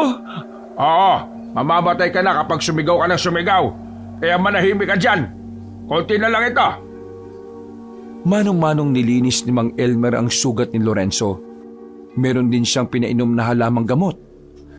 At meron din siyang pinanguyan na dahon. Makalipas lang ng ilang oras, nawala na rin ang kirot sa paa ng binata. Nagagawa na rin itong igalaw ang paa at naitatapak na rin. Maraming salamat, Mang Elmer. Akala ko ba hindi ka albularyo? Bakit ang galing yung manggamot ng sugat? Huwag ka masyadong bumilib. Bukod sa pumapatay ng aswang, yan lang din ang talagang alam ko. Natutunan ko lang yan sa kaibigan kong albularyo na namatay na rin. Maraming salamat po ulit. Akala ko talaga mamamatay na ako eh. Kailangan din pala nating mag-ingat sa kagat ng aswang. Ngayon ko lang nalaman na pati ang kagat nila nakamamatay na rin. Totoo nga ang nababalitaan ko. Ibang uri na ng aswang ang mga gumagala ngayon. At siya nga pala, maiwan muna kita rito ha. Bakit po? May pupuntahan ka ba? Hindi mo ba napapansin na wala si Nonoy? Ay, oo nga no. May iniwang sulat ang mga dumukot sa kanyang mga kapwa niya aswang. Kailangan kong puntahan ng batang yon. Ano po? Dinukot siya? Teka, totoo ba? Bakit ang kalmado mo? Bakit? Ano bang gusto mo? Maglupasay ako. Kailangan kong maging kalmado. Kasi kung natataranta ako, baka hindi kita nagamot. Pasensya na. Dahil sa akin hindi mo kaagad napuntaan si Nonoy. Hayaan mo na. Hindi naman nila sasaktan ang batang yon. Ako ang kailangan nila. Sige po, sasamahan ko po kayo. Hindi na. Kailangan mo ipahinga yung sugat mo. Papapuntahin ko rito yung ilang tanod para magbantay sa'yo. Kailangan ko nang umalis ngayon eh. Sige po, Mang Elmer. Mag-iingat po kayo. Ngumiti lang ng pilit ang matandang lalaki. Wala siyang sinayang na segundo. Alam niyang anumang oras ay mahalaga sa mga sandaling ito. Kaya naman, kahit na wala pa siyang pahinga, lalarga siya para harapin ang mga aswang. Hindi siya papayag na gamitin ng mga aswang si Nonoy laban sa kasamaan. Hindi na siya pumasok sa kagubatan. Sa kalsada lang siya dumaan dahil mas malapit ang daan doon. Habang naglalakad, naramdaman niyang merong sumusunod sa kanya. Hinugutan niya ang kanyang espada. Maraan siyang naglakad sa harapan ng halamanan. Hindi ka aswang. Hindi ka mararamdaman ng pulseras ko. Pero nararamdaman kita. Sino ka? Lumabas ka dyan! Nakatutok lamang ang espada nang biglang may binatang lumabas mula roon. Maliwanag ang buwan, kaya kahit na papaano ay nakilala niya ang taong yon. Oh, boy karinderya. Igan po ang pangalan ko, Mang Elmer. Wala akong pakialam kung anong pangalan mo. Ang gusto kong malaman, anong ginagawa mo dyan? Bakit mo ako sinusundan?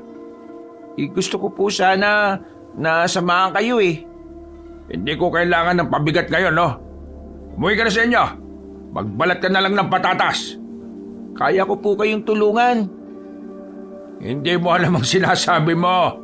Aswang ang makakalaban ko, hindi mga tao sa bilyaran. Meron akong dalang anting-anting. Galing ito sa baul ng lolo ko. Tingin ko, pwede niyong gamitin ng anting-anting.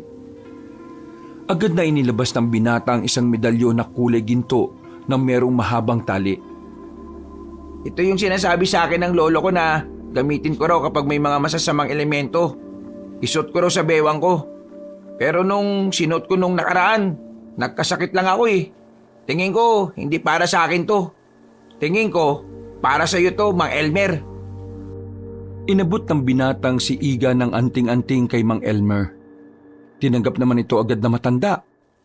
Sinuri niya yung saglit, At napatunayan niya ngang ang medalyon na yon ay lihitimong anting-anting. Hindi ko alam kung pwede ko itong gamitin. Alam mo, hindi ako pwedeng gumamit ng anting-anting na hindi ko kilala. Ang mga anting-anting, mutya o agimat ay may mga buhay rin.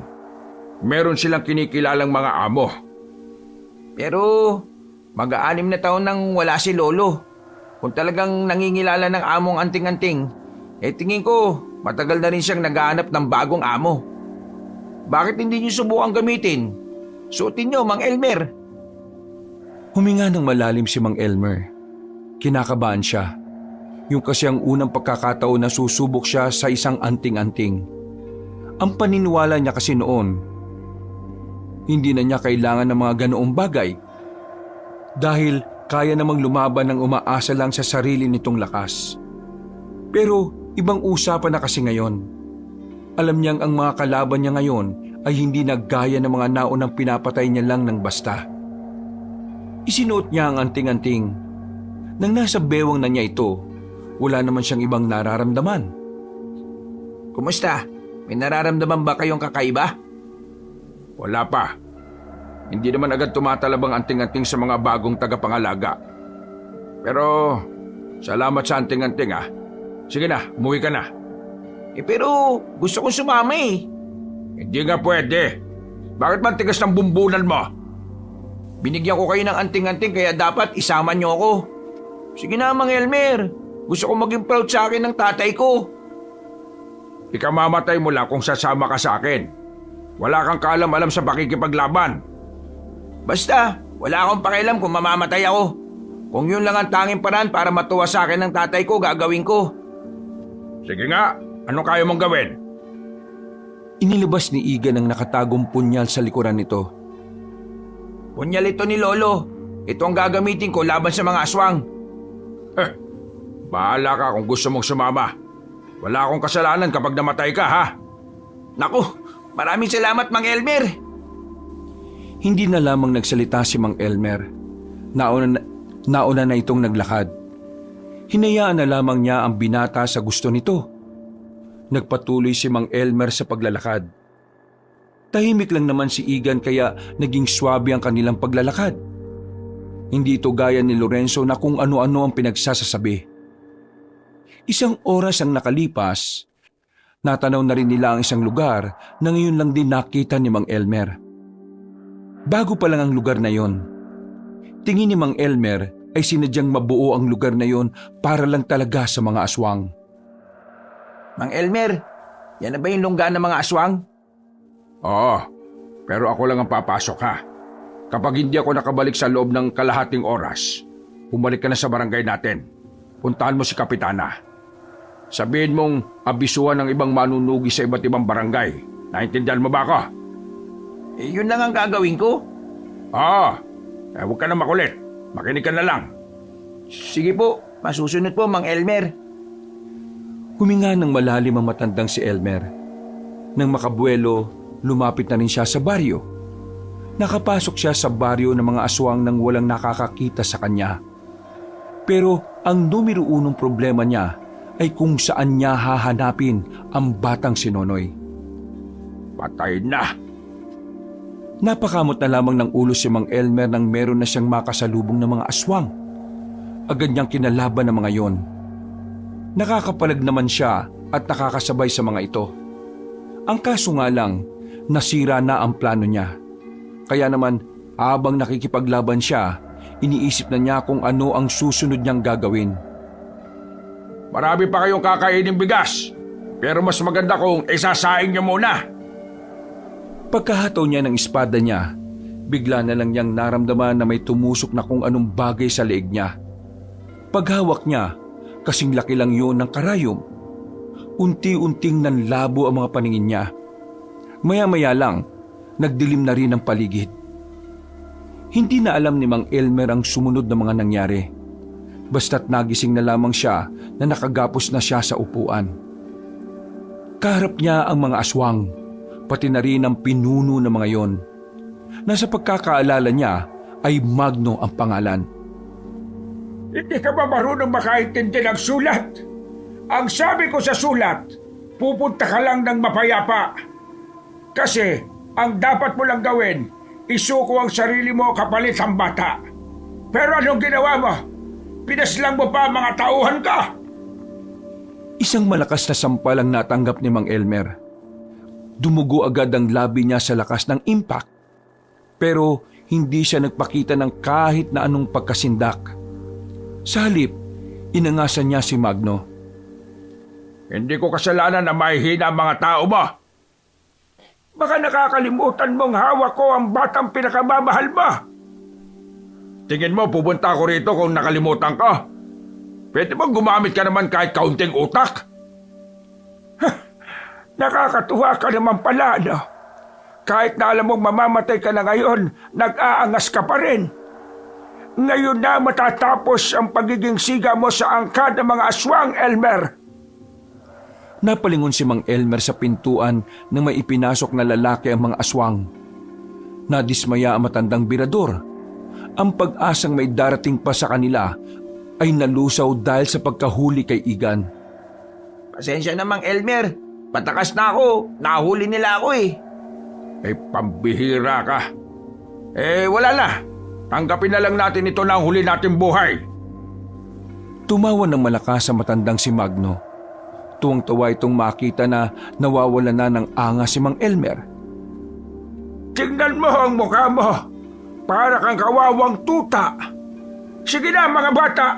Dalhin nyo na ang dalawang yan sa bakuran ng headquarters natin.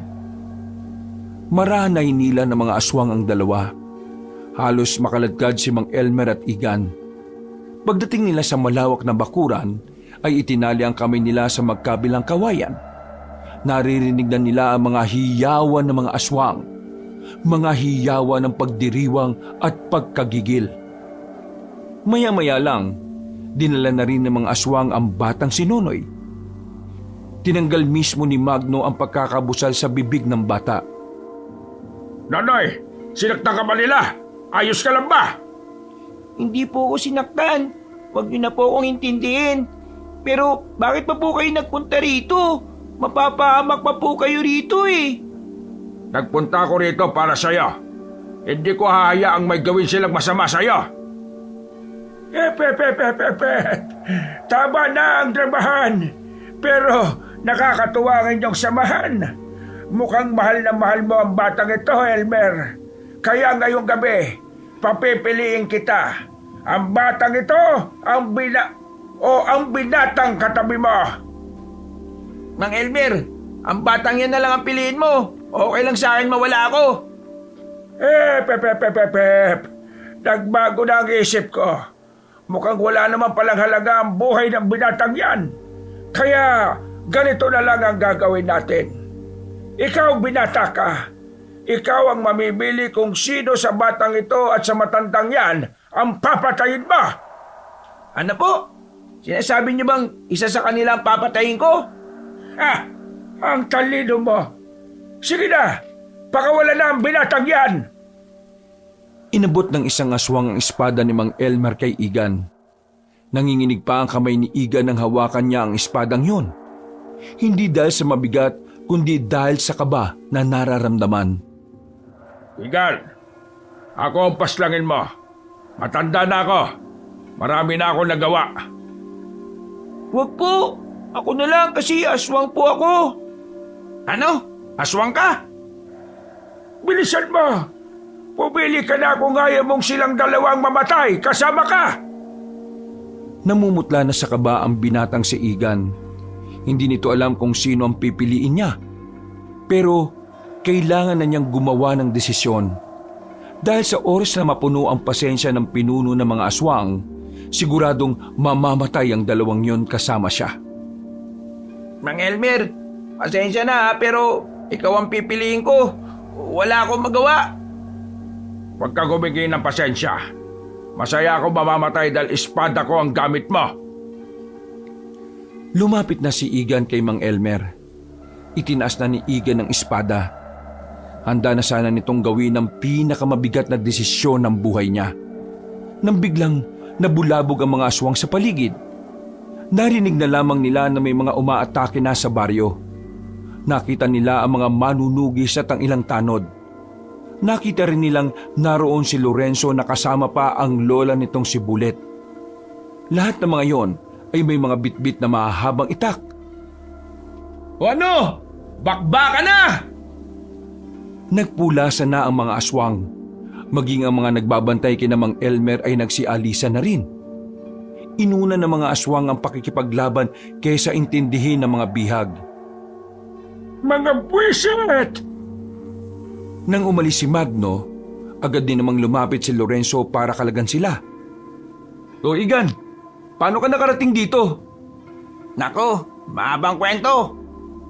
Kayo na mo nang bala sa mga iba. Ako nang bala kay Magno. Nanoy, protektahan mo si Bulet. Huwag niyo akong intindihin, ha?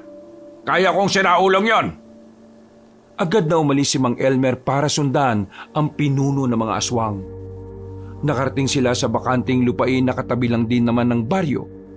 Sa ilalim ng bilog na buwan, makakaharap ang dalawang matanda. Sa pagkakataong ito, hindi nahahayaan pa ni Mang Elmer na makatakas ito ulit sa kanya. Bakit parang nanahimik ka na yata? Kinakabahan ka na ba? Wala naman akong dahilan para kabahan. Baka ikaw ang kabado. Nagtawag ka pa talaga ng mga alipores ba? Hindi ako nagtawag. Sadyang may mga utak lang talaga ang mga kasamahan ko. Hindi sila gaya ng mga tauhan mo na mga gamunggo lang ang utak. Tama lang daldalan. Simulan na natin to. Nagbago na ng anyo ang aswang na si Magno. Nang magkulay itim at pumuti ang buhok nito, napagtanto na ni Mang Elmer na isa pala itong gabunan. Walang pag-aalinlangang lumusob si Magno. Kahit na pinaghandaan niyo ni Mang Elmer, tumalsik pa rin siya nang suntukin siya ng pinunong aswang. Buti na lang ay nasalag niya yun ng espada kaya wala siyang galos. Kinabigla ni Mang Elmer ang kakaibang lakas ng kanyang kalaban. Sa puntong yun pa lang, natatansya na niyang hindi niya kakayanin si Magno. Kung ikukumpara ang lakas niya sa kalaban niya, sobrang layo ng diferensya. Alam niyang hindi siya uubra kahit na marami na rin siyang karanasan sa pakikipaglaban. Isa pa, yun din kasi ang unang pagkakataon na may nakaharap siyang gabunan. Anong problema? Nag-aalala ka ba sa mga kasama mong nakikipaglaban? O nag-aalala ka para sa sarili mong kapakanan? Huwag ka masyadong kampante. Nag-uumpisa pa lang ang laban. Mamaya ka na magyabang kapag nakita mong naghihingalo na ako. Bumorma na si Mang Elmer. Lalakasan na lamang niya ang kanyang loob. Yun lang ang pwede niyang gawin para kahit na papaano, tumagal pa ang laban at makapag-isip pa siya ng ibang paraan. Sa sunod na pag-atake ng aswang sa kanya, sinubukan niyang makatsyempo. Umilag siya at nakakita siya ng pagkakataon para patamaan si Magno. Pero sa halip na masaktan, tila wala man lang itong naramdaman sa hiwa na ginawa niya. Nagulat na lamang si Mang Elmer nang mahawakan siya nito sa kamay. Hinila siya ni Magno at nang makalapit, sinuntok siya ng aswang sa sikmura. Ilang segundong tila hindi makahinga si Mang Elmer. Namilipit siya sa sakit. Isang malaking pagkakamali na akong kinalaban mo, Elmer. Pangkaraniwang tao ka lang naman. Angas lang ang lagi mong dala. Pero wala kang kakaibang lakas para talunin ang gabunan na kagaya ko. Mas marami ka bang dinadaldal kaysa sa suntok mo? Muling lumapit sa kanya matandang aswang. Sinakal siya at saka itinaas sa ere. Namumula na ang mukha ni Mang Elmer noong mga sandaling yon. Malapit na siyang mahalagutan ng hininga. Buti na lamang ay nakadukot pa siya ng kutsilyo sa likod niya. Sinaksak niya ang mga mata ni Magno. Dahil doon ay nabitiwan siya nito. Buong akala ni Mang Elmer ay makakalamang na siya sa laban dahil doon. Pero ang hindi niya alam, mas lalo lang lalakas ang kalaban niya ng dahil sa galit. Walang iya ka! Walang iya ka talaga! Matitikman mo ang galit ko!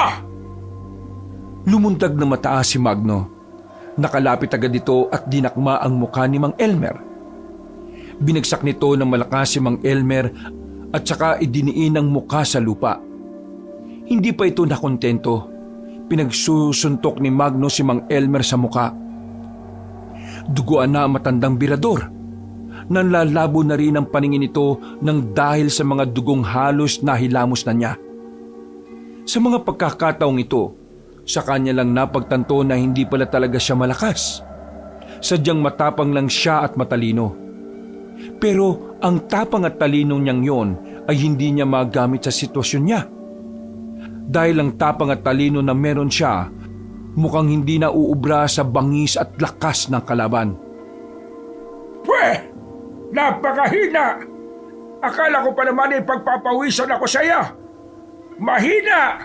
Mahinang mahina! Hindi ako natutuwa sa iyo, ha? Kaya ngayon, papatay na kita para maisunod ko na ang batang pinakamamahal mo!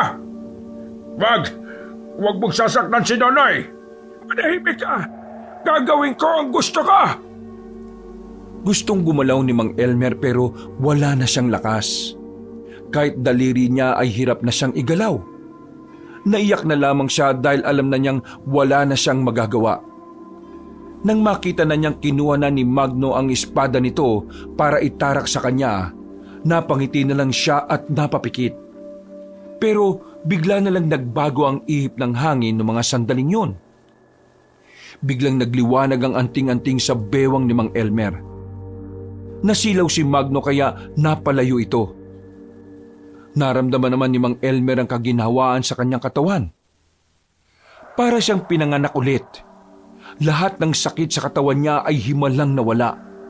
Bumalik ang kanyang lakas. Bagay na ikinagulat ni Magno. Ha? Ano nangyari? Bakit ka nakabangon? Hindi ko rin alam. Pero tingin ko, nakikisa na ang anting-anting. Hindi niya pa ako kilala pero parang kinikilala na niya ako ngayon. Biglang lumipad ang espada niya patungo sa kamay niya. Mabilis din namang umatake si Magno sa kanya. Pero nagawa na niyang salagin ang kamao nito gamit lang ang kaliwa niyang kamay. Paano nagkaroon ka ng anting-anting? Nilinlang mo ako! Nilinlang? Hindi kita nilinlang, no? Puro ka kasi daldal eh. Walang ano-ano ay itinarak ni Mang Elmer ang espada sa tagiliran ng aswang. Agad niyang hinugot ang espada, pero binigyan niya pa ng isang mahabang hiwa sa dibdib si Magno. Dahil doon, tuluyan ang bumagal ang kilos nito. Umatras ito pero umabante naman si Mang Elmer. Nang matumba si Magno, tinutukan niya na yon ng espada sa leeg. Kapag nakarinig ako ng magandang dahilan kung bakit di kita dapat patayin, sige, hahayaan kitang mabuhay. Ngayon, sabi mo sa akin, bakit hindi kita papatayin kahit ang dami yun ng pinatay na tao? Ano? Kaya ko magbago. Pwede tayo maging magkaibigan. Pinapangako ko, wala na akong sasaktan na tao. Magno, hindi ako sanggol na kahapon lang ipinanganak. Tingin mo maniniwala ako sa'yo? Walang aswang na kayang magbago kung una pa lang masama na siya. Hindi kagaya ni Nonoy. Siya, una pa lang ay kabutihan ang nananalitay sa ugat niya. Mali ka dyan. Lahat ng aswang kayang magbago. Kung kaya niyong magbago, bakit hindi niyo ginawa noon pa? Marami ba kayong sinaktan at pinatay? Muling naggalit si Mang Elmer. Humigpit ang hawak nito sa espada. Marahan namang tumayo ang aswang na si Magno. Tumingin ito sa mga mata ni Mang Elmer. At saka nagsimulang magritual. Sinusubukan nitong isailalim si Mang Elmer sa isang hipnotismo. Hindi ako tinatablan yan. Wala naman akong ginagawa. Hindi na nagpaligoy-ligoy pa si Mang Elmer. Bago pa siya maisahan ng kalaban niya, tinaganan niya ito sa leeg. Pagkatapos ay itinarak ulit ang espada sa kaliwang dibdib nito. Sumuka ng maraming dugo ang pinunong aswang. Agad itong bumagsak at nangisay-ngisay. Nakadilat ang nanlilisik nitong mga mata habang nakatingin sa kanya. Hanggang sa huling sandali, tila gusto pa rin siyang paslangin ni Magno. Mga ilang sandali lang, nalugutan na rin ng hininga ang kanyang kalaban. Agad niya namang binalikan ang mga kasama niya para tulungan ng mga ito. Makalipas lang ang halos 5 minuto, natalo na rin nila ang mga aswang. Marami ang sugatan sa kanila, pero maswerteng wala namang nasugatan. Mga kasama, naipanalo natin ang laban. Wala na ang mga aswang. Payapa na ulit ang probinsya natin. Elmer, ayos ka lang ba? Bakit ang dami mong dugo? Ayos lang naman ako.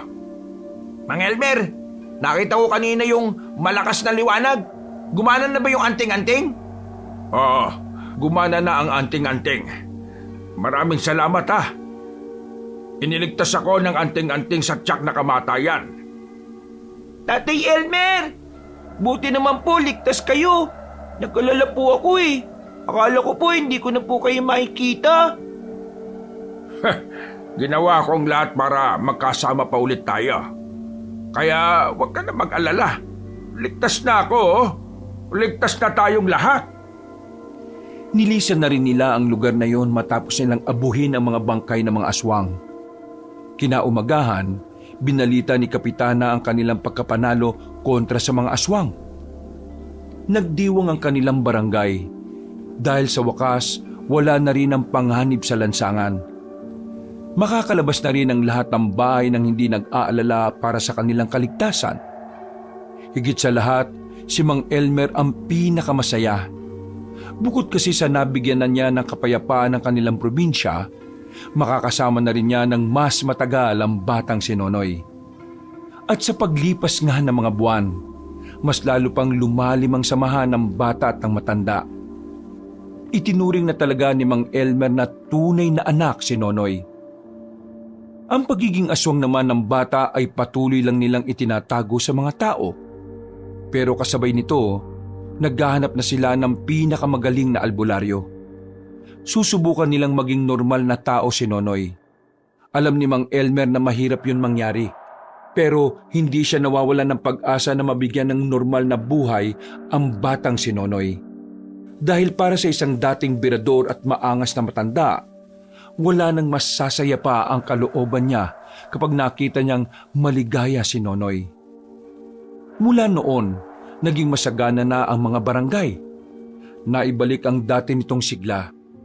At sa mga paparating na taon, alam ni Mang Elmer na meron na siyang kakayahan para mas maprotektahan ng mga tao dahil ngayon, hindi na tapang at angas lamang ang daladala niya. Dahil kasama na rin niyang lalaban ang anting-anting na bago niyang sandata. Wakas,